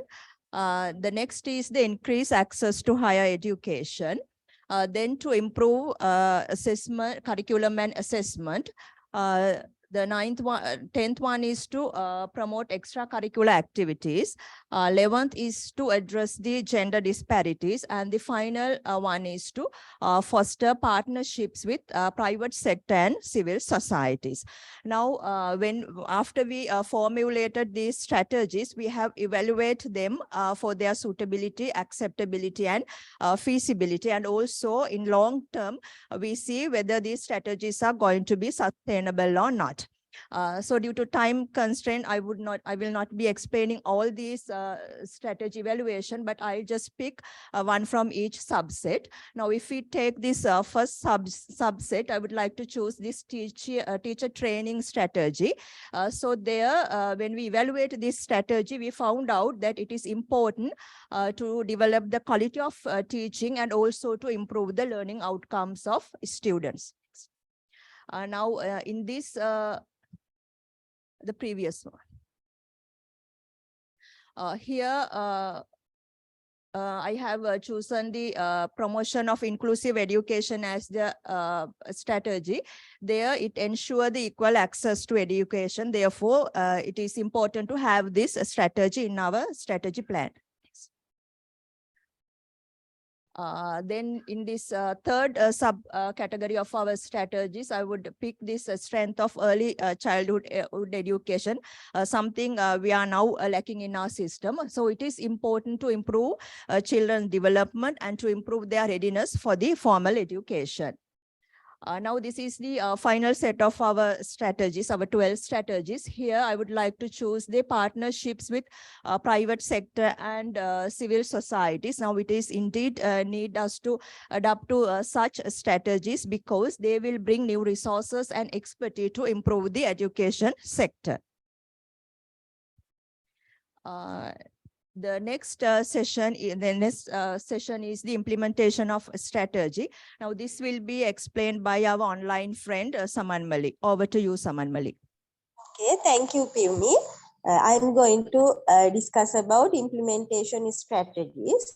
In this point, I would like to discuss about resources and leadership and also change management. First, I'd like to tell there are several types of resources: financial resources, human resources, technological resources, and infrastructure resources. I think among all these resources, human resource is most important because to get better and the most use of these resources, human resource is the very important resource. So the process of these resources, or otherwise resource process, is most important. The next one. In this, I like first thing, we have to prioritize resource allocations and then optimize resource utilizations, develop partnerships, and at the last, we have to monitor and evaluate regularly. So this is about resources. Then I would like to speak about leadership. To get best use of this, leadership is the most important thing. There are many leadership styles. Among them, I think transformational leadership style and situational leadership style is most important in this stage.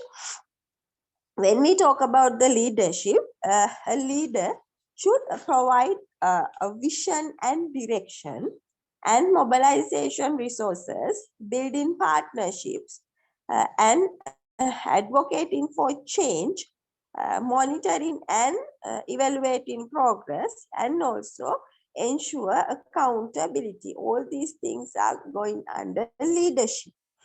Then I would like to speak about change management. Change management is most important thing because day by day the environment of the education system is changing. So the leader or anyone should manage this change. When we talk about change management, there are 3 stages of change management: unfreezing, changing, and refreezing. And also, first we have to communicate the need of change. Then we have to involve stakeholders. Then provide training and support. Then create a sense of urgency. Celebrate success. Monitoring and evaluation. Monitoring and evaluation, I think it's the most important thing. We have to evaluate according to this, and then we can go to the manage of the changings. That's all about. Then I would like to invite our Kali Ravindra to continue. Thank you, Pumi. Our final part is presentation is monitoring of performances. Once the formulated strategies are implemented, we wish to monitor the performance to check whether we achieve the expected goals.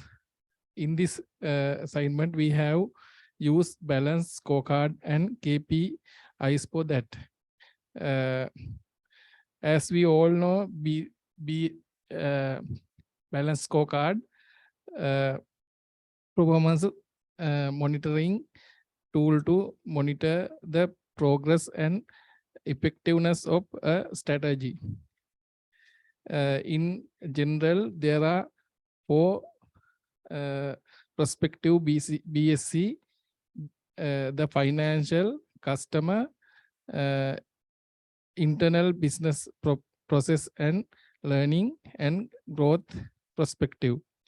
Due to time constraint, we have chosen choose the BSCs of only 2 selected strategies.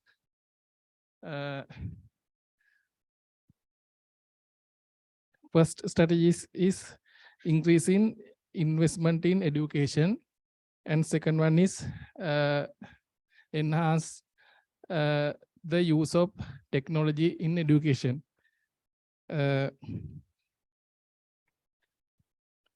Here the customer perspective is the measure of student satisfaction with the technology. The initial business process perspective is the number of students who actually have to access to technology. Next, we will discuss key performance indicators or KPIs. For the assignment, we develop a set of KPIs for each strategy as shown in slide ahead. But considering the time limitation, we won't explain them all, but only selected few. Here for strategy increasing investment in education, the percentage of GDP spent on education is an excellent KPI. For teacher professional development, percentage of teachers completed professional development course is one of the KPI.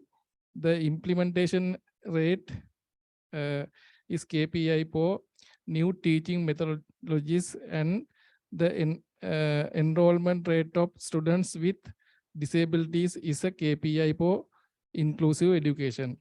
Likewise, we have developed KPIs for all 12 strategies. The conclusion part will be presented by Piumi.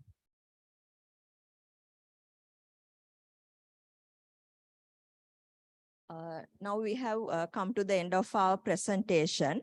Now we have understood that national level education planning is essential for the national development.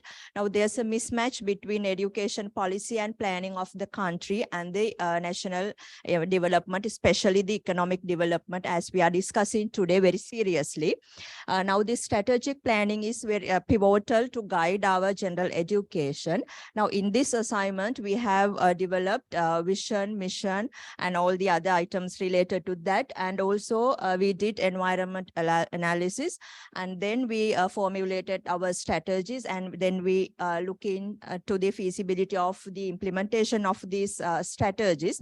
And finally, we presented to you our monitoring mechanisms. Thank you very much.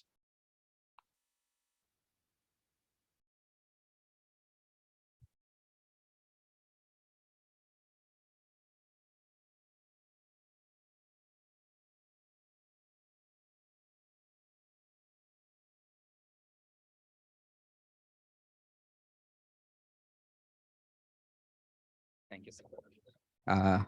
In a very quick and simple manner, let me discuss the positives and the negatives.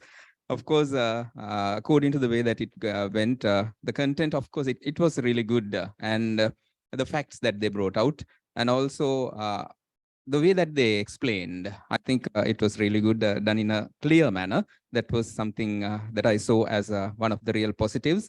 And the presentation of the slides, they were clear, and in a simple manner they were given. So I do think that it was also something which is to come under positives. And when it comes to delivery, the pace that you kept, the way that you talked, and the clarity that you had, I think it was also good. So all the goods are there. So you can be happy about these things. And as a team, you had that combination, the connection was there. You kept that very connection between among each and every member, which was really nice. And timing, 32 minutes, exactly. Good.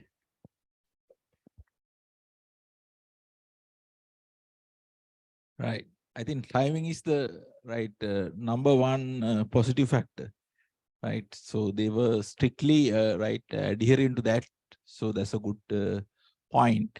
Even the strategies also, I think I saw that the list was there actually.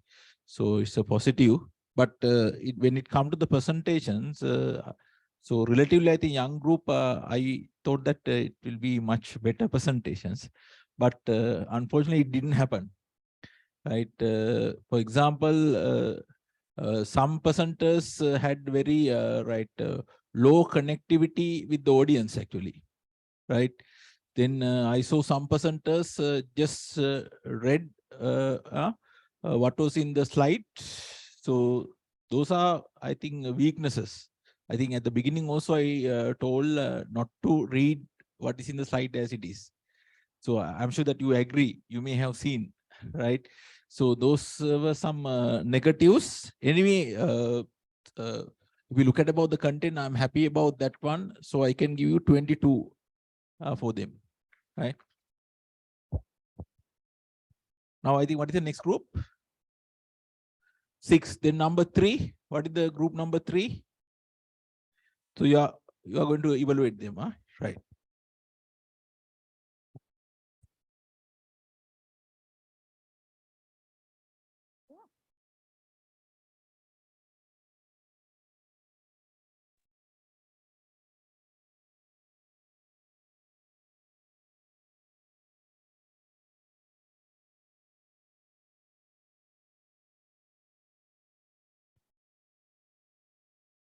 Hello.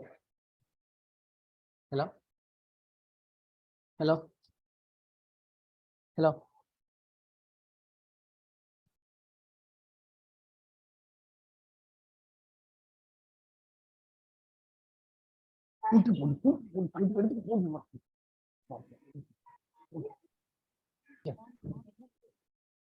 Okay, very good morning to you all. We are going to do our presentation. Dear sir, our online 2 members are going to start the presentation. Yeah, Nadi, over to you. Please start the presentation. Okay. Can you hear me? Yes, Nadi, properly. Okay, thank you. Good morning to you all. We are group number 6, and we are here to do a group presentation for the subject strategic management under the topic strategic management plan for education system in Sri Lanka. To begin with, let me introduce the group members. There are 9 members in our group. Tanuja Pereira, she's a group leader. Munafar Ahmed, Niluba Piris, Mohammad Nalim Nahdi, myself, Nilakshi Atavakar, Gaini Jayasekara, Taranganayananda, Janaki Rajapaksha, and Sagarika Pereira. Next slide, please. Next slide, please.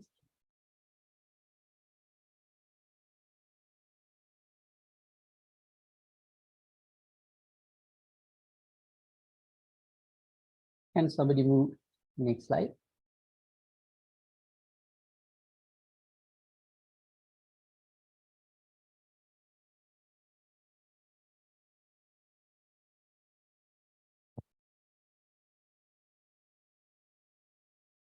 Next slide. Yes. Okay. Objectives of the presentation. As you all know, a presentation must have objectives, and our presentation too has some objectives. There are 7 objectives. Okay, as you can see them clearly in the slides displayed to you. Okay, there are 7 of them. Okay. All right. To move forward with the presentation, I would like to tell you more about our strategic management plan. Our plan has a vision, mission, values, goal, objectives, and targets. To talk about in details, okay, next slide, please. Vision. It is to develop well-rounded, confident, and responsible individuals who aspire to achieve their full potential. If you look at the mission, it is providing a welcoming, happy, safe, and supportive learning environment in which everyone is equal and all achievements are celebrated. Next slide, please. Okay. Before talking about values, goals, objectives, targets, and strategies, I would like to point one thing here. According to the sources from the Ministry of Education, the education system in Sri Lanka can be classified into 4 broader sections. They are namely early childhood care and education, school education, the general education, tertiary and university education, and vocational and technical education. And our plan also follows this, and we have different values, goals, objectives, targets, and strategies for these different sections. If you look at early childhood and education, early childhood care and education, which is sector number 1, where there are 2 values. Value number 1 is nurturing an inclusive environment. And the goal is like help children to develop the emotional, social, and cognitive skills needed to become lifelong learners. The objective is to ensure each child is valued, respected, feels safe and secure, and develops a positive self-concept. The target is to promote quality and excellence in early childhood care and education. The strategies are providing guidelines for child care and education practice and encompassing the inseparable elements of care, health, nutrition, play, and early learning within a proactive and enabling environment. Value number 2 under early childhood care and education is collaboration and empowerment. Goal is to facilitate optimum development of the child's full potential and by the foundation for all-round development and lifelong learning. The objective is like this: enabling a sound foundation for physical and psychomotor development of each child as per each child's potential. And the target would be like this: it is to build a strong partnership between the community and the early childhood care and education centers. The strategies would be empowering parents and home to hold main responsibilities of welfare of the child within the family, and then emphasizing the importance of the well-being of the child to the community. Next, sector 2, school education. Under this, there are 2 values we have come up with, and value number 1 is innovation and adaptability. And we have goals, objectives, targets, and strategies for them. The goal number 1 is establishing a new learning opportunities for students, right? And the objective is to increase learner-centered learning opportunities for 21st century, not teacher-centered. It has to be learner-centered. And the target is to enhance the teaching learning process within 50% of activities. The strategies would be to prepare curriculum reforms for activity-based and modular-based studies, and then to revise the exam-oriented evaluation to assessment mode. Next slide, please. The second part of school education, the value number 2, is equity and inclusion. The goal for this would be to reduce the student dropout rates in grade 9. As you all know, we have not come out. Don't go to the previous slide, please. Okay, reducing the student dropout rate in grade 9, and the objective is to enhance the student amount completing the junior secondary school education. The target is to increase the student percentage completing O-level by 20%. And the strategies would be empowering parent awareness on reducing the students' dropouts, tight up the laws and legislation. Okay, to continue with the presentation, I would like to invite Munawara to continue. Munawara, thank you, Nadi. Thank you, Nadi. Now let me continue from sectors 3 and 4, tertiary and university education and vocational and technical education in Sri Lanka, respectively. In each of my slides, as you can see, a value, goal, objective, target, and 2 strategies corresponding to the respective sectors. Now, let's go in detail explaining the significance of the strategies to the present era in Sri Lanka. As you all know, the strategy of increasing accessibility to education by establishing new ones through satellite campuses and online education is crucial to the 21st century needs of Sri Lankans. With technological advancement and an increasing competitive job market, access to higher education is more important than ever before. By ensuring that all Sri Lankans have access to education, regardless of their location or socio-economic status, this strategy can help to empower individuals, reduce inequality, and contribute to the country's overall economic development. Next slide, please. The strategy of regularly assessing and evaluating the quality of education provided by institutions in Sri Lanka is also important to the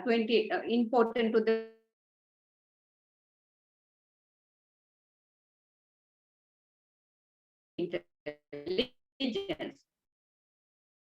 By utilizing AI in the assessment and evaluation process, Sri Lankan universities can analyze to improve the quality of education. This ensures objective evaluations. By promoting a culture of continuous improvement and innovation, Sri Lankan universities can stay ahead of the curve and prepare students for the ever-changing job market. Next slide, please. The strategy of promoting entrepreneurship and self-employment in Sri Lanka's vocational and technical education system can also be integrated with advancement in technology, such as the use of artificial intelligence.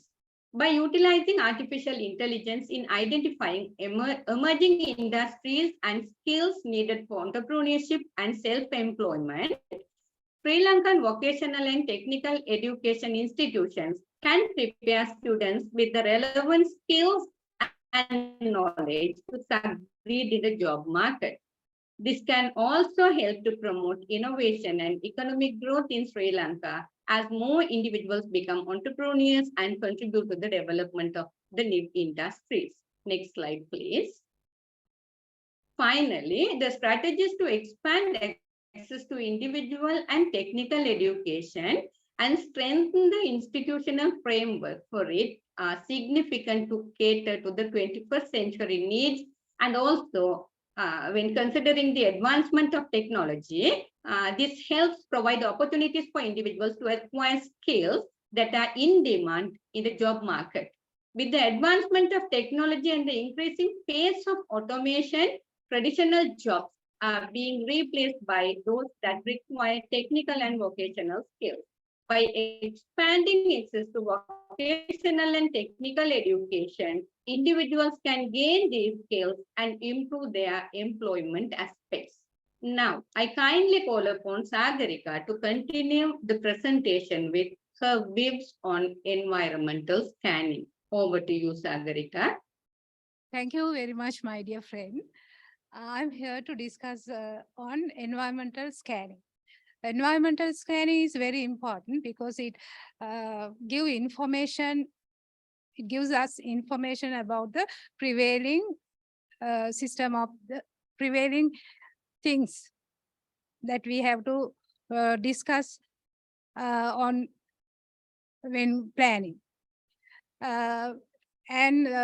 Environmental scanning is twofold, micro and macro. Here in macro, FESTER analysis is very important, and it discusses 5 main key factors. They are political, economic, social, technological, environmental, and legal. So when we consider political factor, that we can see we are in the need for an effective and possible national policy. We all know that in our Sri Lankan context,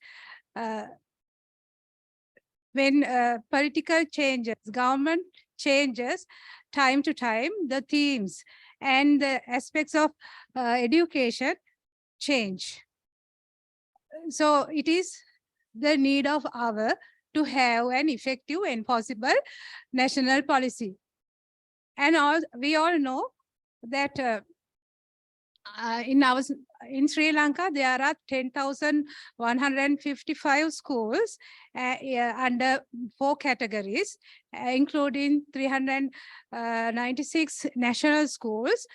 All these show us that there are inequalities in the education system. So only as I remember, 7.8% of the students can enroll to the schools, 1AB schools that provide all 4 main 4 streams. So inequalities in access also can be seen in our education system. Most of these institutions located in and around the cities. And also, when we consider the fund allocating, most of the regional and national level politicians, they determine the schools, and they are the ones who tend to give funds for these institutions. So it is a real burden for the system. And also, when we think about the economic factor, most of the in all 4 sectors, we can see that poor remuneration pattern. We demand all of the academics demand for good remuneration, and also discrepancies in charges in most of the preschools. It is vary from 1 to 1 because they run as income, run for their income as businesses. And also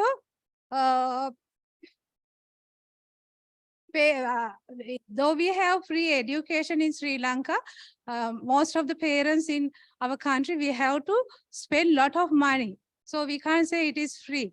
And also in tertiary education, there are bursaries and Mahapola. Those funds are not sufficient for the benefit of the students who study in those higher institutions. Move to the next. When we consider social factor, substandard poor quality of teachers and caregivers is affected the system. And also, when we consider the duration of our school education, it is too long. So most of the people or most of the students, they tend to leave their schools from all levels and try to continue foundation courses in the private universities. And also diversified programs for modern global environment is required. Most of our universities, they don't offer these courses, and rigidity prevailing among faculties should be minimized, because students must give opportunities to do things with things such as combined courses. And also technical and vocational sector also, we have to, we don't have quality training provided. So we have to think about all these things. When we consider the technological factor, all 4 sectors, we know that the technology is not properly implemented in the process. So lack of human resources, lack of the capability of these human resources must be considered, and should provide good training and programs for them to develop their capabilities. And also inadequate lack of opportunities for study technological stream. We all know that only few schools that we have technological stream in schools. So students, they don't get more opportunities to do that stream in schools. And when we consider the university education, most of the programs prevailing in the universities are not tally with the modern world requirements. So private universities and international universities take our place, and they extend their services to our own country. And it is also, we have to consider when considering our university education. And also technical and vocational education, we have to consider the training given for them, especially practical training. And when we consider the environmental factor, as we all know, there are so many natural disasters. In our Sri Lanka also, we faced last 2-3 years COVID-19 pandemic situation. And also we know that things like earthquake, where we saw last year in Turkey, 1 second, the whole city collapsed. And also we can see floods, and all those things affect the education system too. And when we consider Sri context, we can see that reduction of green space available for activities, and also lack of sanitary facilities, congested classrooms, and congested traffic congestion, and also lack of transport facilities. All those things affect the environment and the system. And legal factor, when we consider the legal factor, we all know that most of the legal documents are outdated. So, sometimes we see that no prescribed standard and guidelines for, especially for pre-education, and also in other sectors too. Lack of enforceable legal provisions. So we must think about all these things. In general education, we know that we year 5 to 16 compulsory education and free education is there. And we know that Constitution provides us the right to have free education. Education for all those things are there, but they are all outdated. In micro environment, we have to see all these things: customers and consumers, competitors, media, politics, new technology, cultural factors, shareholders, and market. I think that the customers and consumers for education is the whole nation. All of us are customers and consumers. And competitors, we as government institutions, we have to compete with private and international institutions, many private schools, many international schools, and many universities are there. But political influences also there to privatize these things. We can remember the CITEM and also the programs like nursing degree programs. They oppose those things. And media also play main role in, they affect our system. Sometimes they turn all the things upside down by their activities. Thank you very much for your, and continue to Nilakshi. Thank you, Sagarika. According to our very first implementation of our goals, values, and that those of basic things, and pestle analysis. Now I am going to talk about our strategic position for a national education plan in highlighting the value of chain and resources and competencies. Then value of chain, we are identified those chain in these 5 steps. Creation of the curricula. We have to create the curricula for those 4 sectors we have mentioned earlier. Training and development for teachers, creation of teaching aids, assessment and evaluation of students, and creation of infrastructure. We are going to talking about our strategic points in basic of those steps. Then illustration of primary tasks are needed. Then we are talking that that steps into curriculum development area and training and development and development of infrastructure for those 4 sectors. And finally, evaluation of student learning. That's the main part. Then we are illustrate the auxiliary tasks like that, allocating financial resources. It's the main part for the good strategic plan. And researches and assessments, we have to take our further steps and proposals according to those researches and assessments, and cooperation and partnership with all parties like that educational institutions and allocations, teachers, instructors, students, parents, and that all.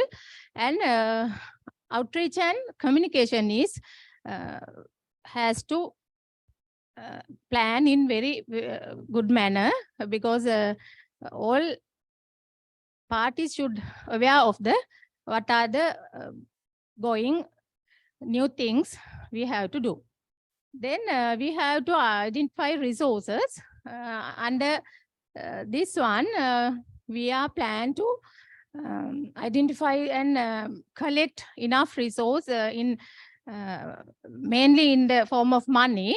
Then human resource, we have to select the correct people to the correct tasks, like teachers, administrators, and supporting staff. And physical assets, like as all laboratories and labs, libraries, classrooms, and technological equipments like that.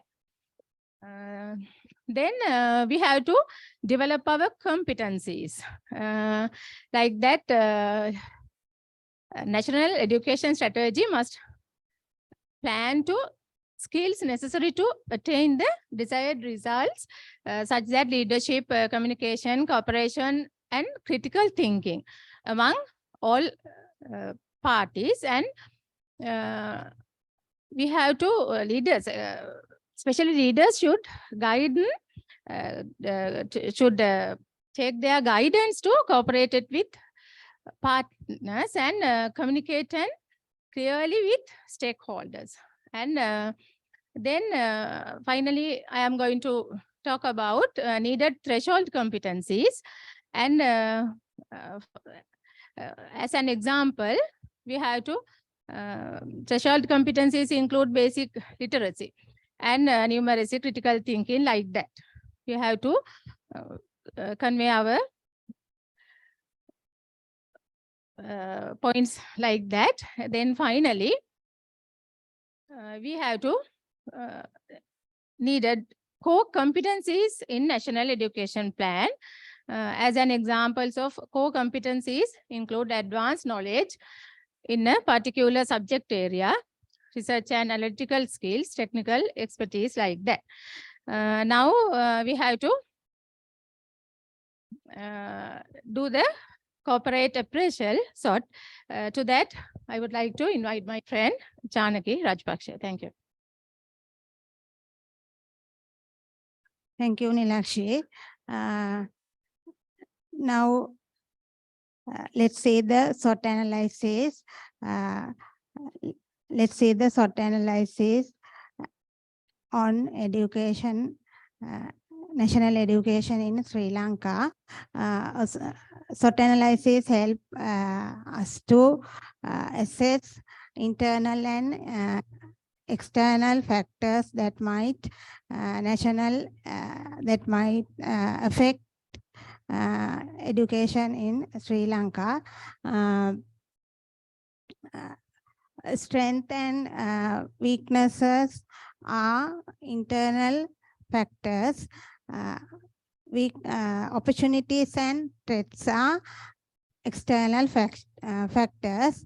Now we can found strength as follows. I mentioned important thing is as follows.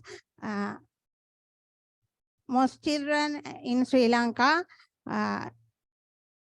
go to preschool through preschool education, and child well adapted to school and society learn to cooperate with each other.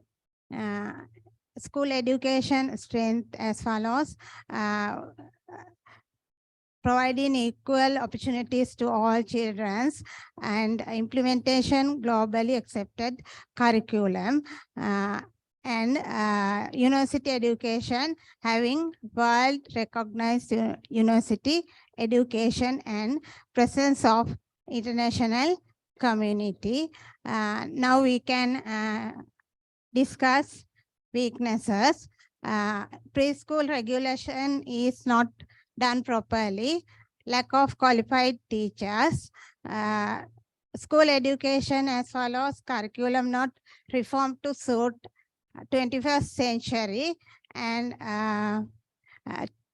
tertiary and university education as like this, taking longer to complete university education and reducing the number of foreign students admitted to universities in Sri Lanka. Vocational education like this, sometimes the society does not accept those courses, and depreciation due to dropping those courses midway. Next one, please. Opportunities as early childhood education as like this, conducting learning activities closely with the environment, and school education acknowledgement, Sri Lankan educational qualifications for jobs, and university education is currently many private universities are operating in Sri Lanka.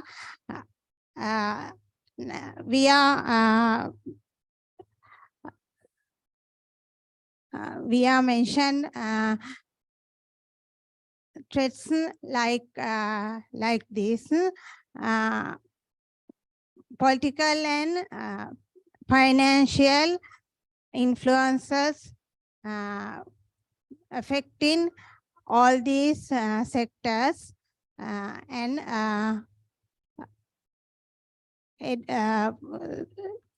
treasury and university education and vocational education as follows: educators and educated people leaving the country. Now I am invite to Tanuja continue this. Okay, thank you very much, Janaki. Now we are moved to the formulating and evaluating strategies. Okay, we all can see the process. There is a process for formulating and evaluating strategies. Step number 1, analyzing the internal and external environment. Then step 2, 3, 4, 5, and 6, we'll see what will be going on. Yeah. When we are talking about this step 1, why do we need to analyze? Why do we need to analyze the environmental, internal and external environmental? We have to analyze the strengths, weaknesses, opportunities, and threats based on the mentioned 4 sectors. Already we have mentioned that there are 4 sectors in our national education system.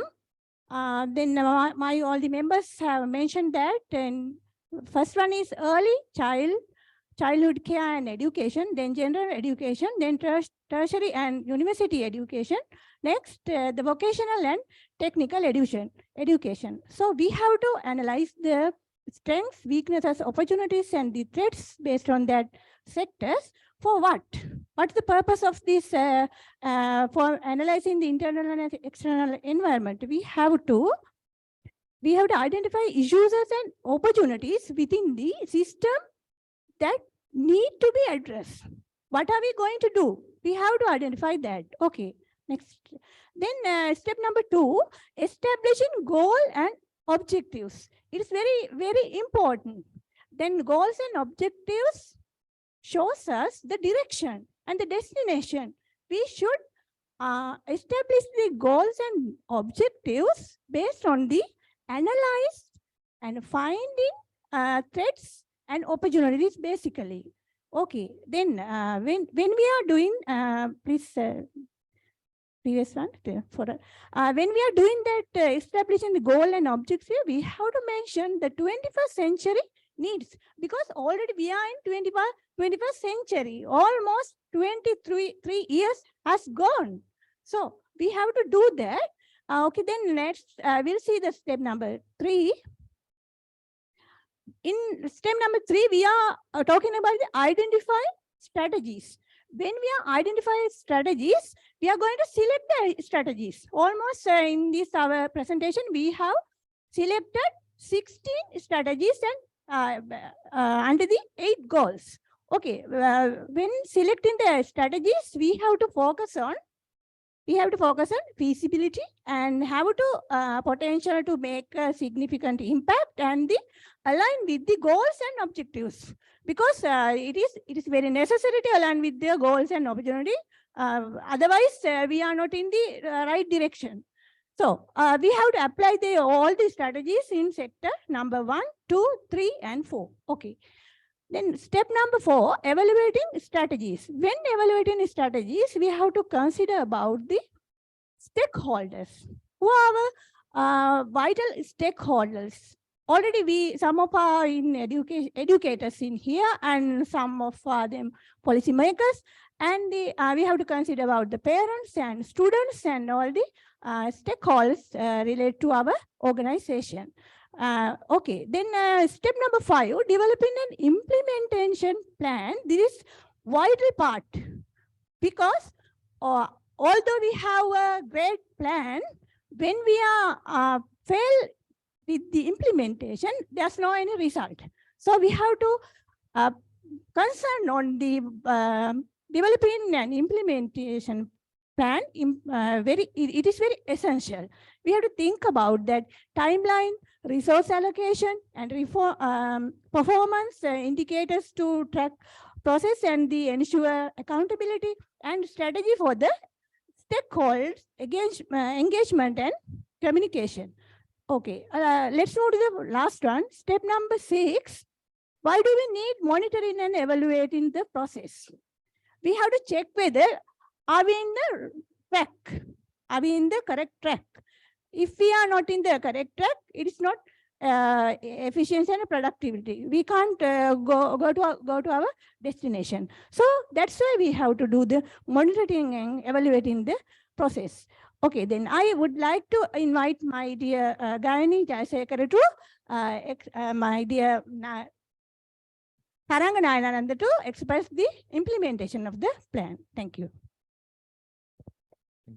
Thank you, Akka. Now implementing strategy, there now what is strategy implementation? There we are going to put the plan into action. That's where we are going to grow the thing in the soil, real soil. In implementation in new strategy, confidence of all stakeholders is actually needed, because if the stakeholders are confident, only we can do this actually. That's why we say that there can be some resistance. There can be different resistance to implementing new things. When implementing whatever the thing, if it is new, there should be some resistance. Good, next slide. Yeah, then significance of an implementation process, we mentioned those things. Now we all know how it is significant to have implementation process. We have to see the forward thinking. Now, what will be result, what will come next, what will happen next. We have to clearly mention to the stakeholders, then only they participate in this. And we have to have some evaluation to measure the success of these implementation strategies. And we have to commit, we have to allocate money, we have to get the stakeholders done, ready to do this. So all these significances can be identified in implementation process. Next slide. Now, things to be done before implementing the strategy. Now, we have to have people around us. That means we should have skillful people to implement those strategies.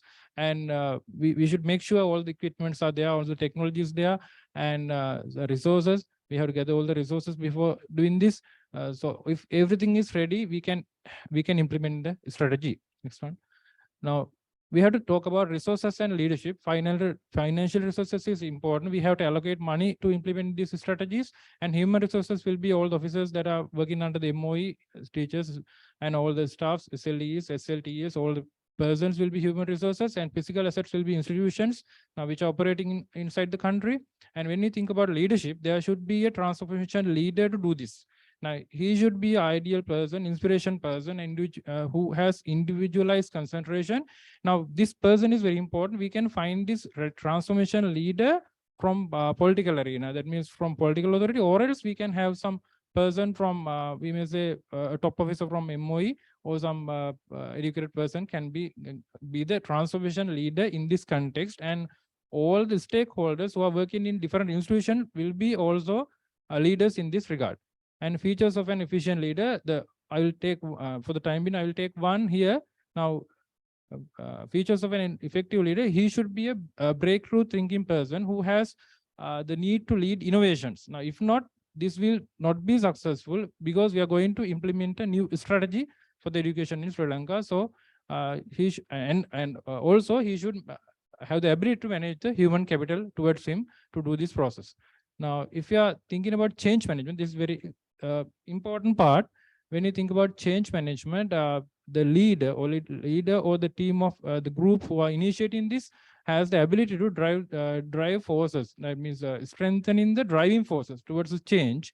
And the team should have the ability to restrain the forces who make this weaker. And the second one is unfreeze, change, refreeze. Most of the teams talk about this.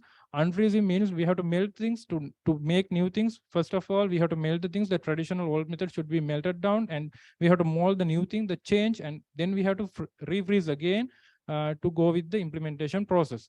Then when you think about the stakeholders, all the stakeholders will be change agents in this regard.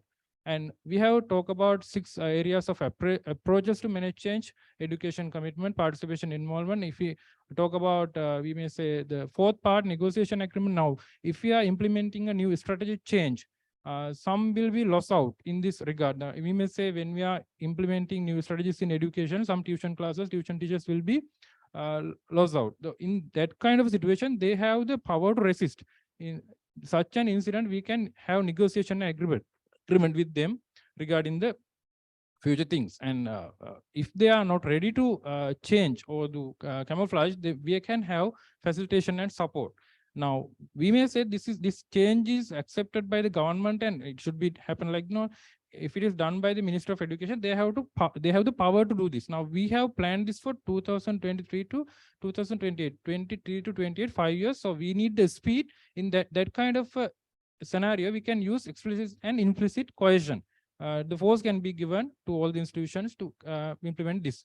Likewise, we have talked about some areas regarding strategic application of the strategy. Thank you. Over to you, Gain. Thank you, Taranga. Why do we need monitoring? The monitoring comes with the comparison of actual performance and targeted performance. Therefore, we can identify deviations and we can find out solutions for these deviations. Therefore, it is very important to have monitoring in our strategy plan implementation. So we have identified 6 critical success factors. They are all common to all subsectors in education system. And we have identified KPIs under each critical success factors. Let's move to the first one, that is strong financing. As you know, education can be considered as non-profitable service. Therefore, we have focused on financing basically, and we have forced three types of financing.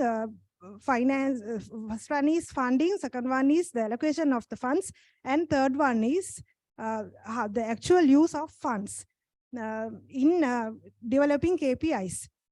For example, if we take the first one, funding, there are two main areas of funding. There is one allocation from the budget, and also the funding from outside. For example, 2023 budget has allocated 504 billion rupees for education, and another example for outside funding is that GEM project that comes under World Bank project, which has fund over on $100 million US dollars. So therefore, we have focused on financing when those facts, when we are deciding KPIs for financing. Let's move to the other one, that is policies.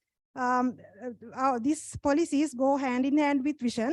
Therefore, we have considered some concepts that comes under our proposed vision as lifelong education, then education for all, inclusive education, 21st century skill development, and also the advanced technology in policy making.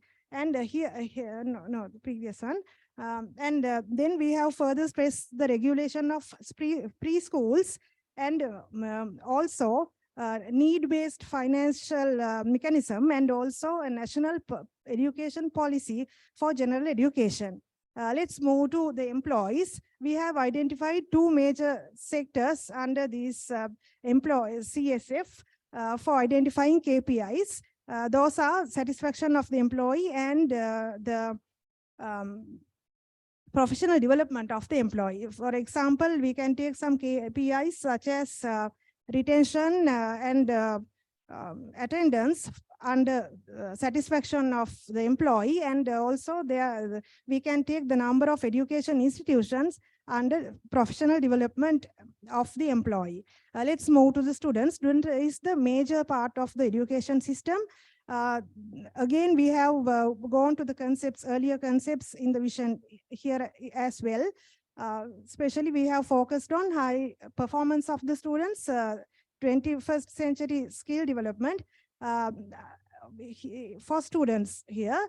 And for example, I can say that the transition of students from grade 4 to 5 and grade 9 to 10 can be taken as such examples that is highlighted in KPIs under student category. Then let's move to curriculum and pedagogy. Here we have focused on implementing a standard curriculum for preschools, and also 21st century skill-based curriculum for general education in our KPIs. And we have focused activity-based, project-based curriculum in this, under this category. Next, let's go for the infrastructure facilities. Here we have again focused on sustainability and safety. When we talk about sustainability, you have to consider sustaining the available resources for the generation, and here it will not only help us to achieve the national education goals, but it will leads the way to achieve the SDG in a global manner. Then next one, when we talk about safety, we have focused both child protection, the protection of rights, and also health-wise under these infrastructure facilities. Now I would like to invite Nilupa to discuss the balance scorecard. Thank you, Gayani. Yes, let's move on to the last part of the presentation actually. So the balance scorecard, now we use that to evaluate the performance of the strategy. So we have 4 aspects in balance scorecard, that financial, customer satisfaction, operational and learning and innovations. So you can see the now with CACs and KPIs, we just think of this and we selected the areas. Actually, the financial aspect, we think of the governmental and non-governmental funds and allocations in the strategy. And through the customer value and satisfaction, we focus on, we are going to evaluate how far the stakeholders are satisfied with the system, with the strategic plan. And the operational aspect, how we are going to implement that, and the programs and the processes we are implementing, and the learning and innovations, what new things, and the what type of the curriculum revision, planning, evaluation, and major, now we had 4 sectors in our strategic plan. So we focused all the 4 sectors and thought of that now we have to evaluate the performance targeted and actually achieved. So the monitoring of the performance, the strategic plan, the targets, objectives, goal to achieve, to conduct or to carry on with the mission for the achievement of the vision of our strategic plan to develop well-rounded, confident, and responsible individuals who aspire to achieve their full potential. Thank you very much for listening.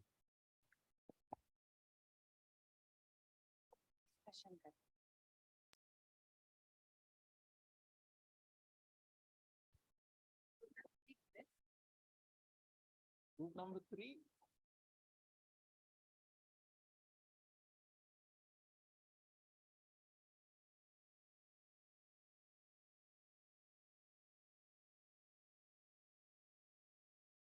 Dear all, the presentation was indeed a very informative presentation.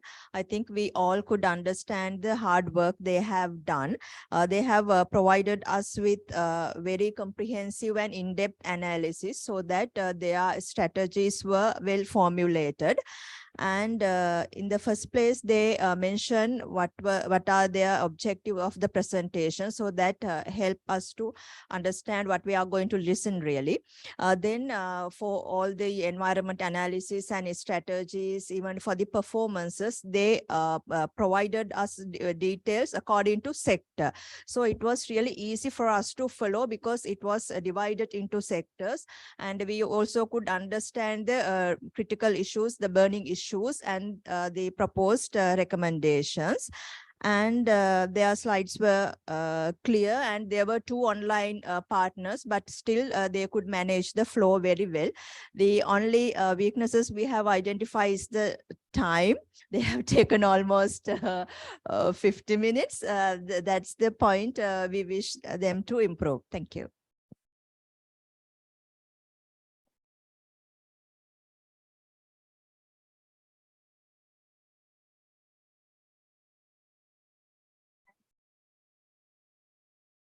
Right, I think already mentioned the biggest weakness, the 50 minutes, no? They took 50 minutes, the allocated time is 30 minutes. So that was the biggest weakness. At the same time, I found some more issues. There were a lot of errors within the slide also. Grammatical errors, spelling errors, right? So like that, for example, even if you look at SWOT, for example, strength, weaknesses, the singular, the opportunity threat, then plural, right? Then in some cases, for example, some of the word missing like sufficient. Sometime I saw double wording, fine, right? So I think they may not have gone through the second time and check spelling, right? So may not right, together practice one time and check the timing even, right? So, but when it comes to the content, yes, I agree. The content actually was very heavy, and it include lots, right? So therefore, so what I can do is now if I penalize for the issues, I think it's not good. To the content, I'm more focusing on the content. Therefore, I can give 22, right? Same, right?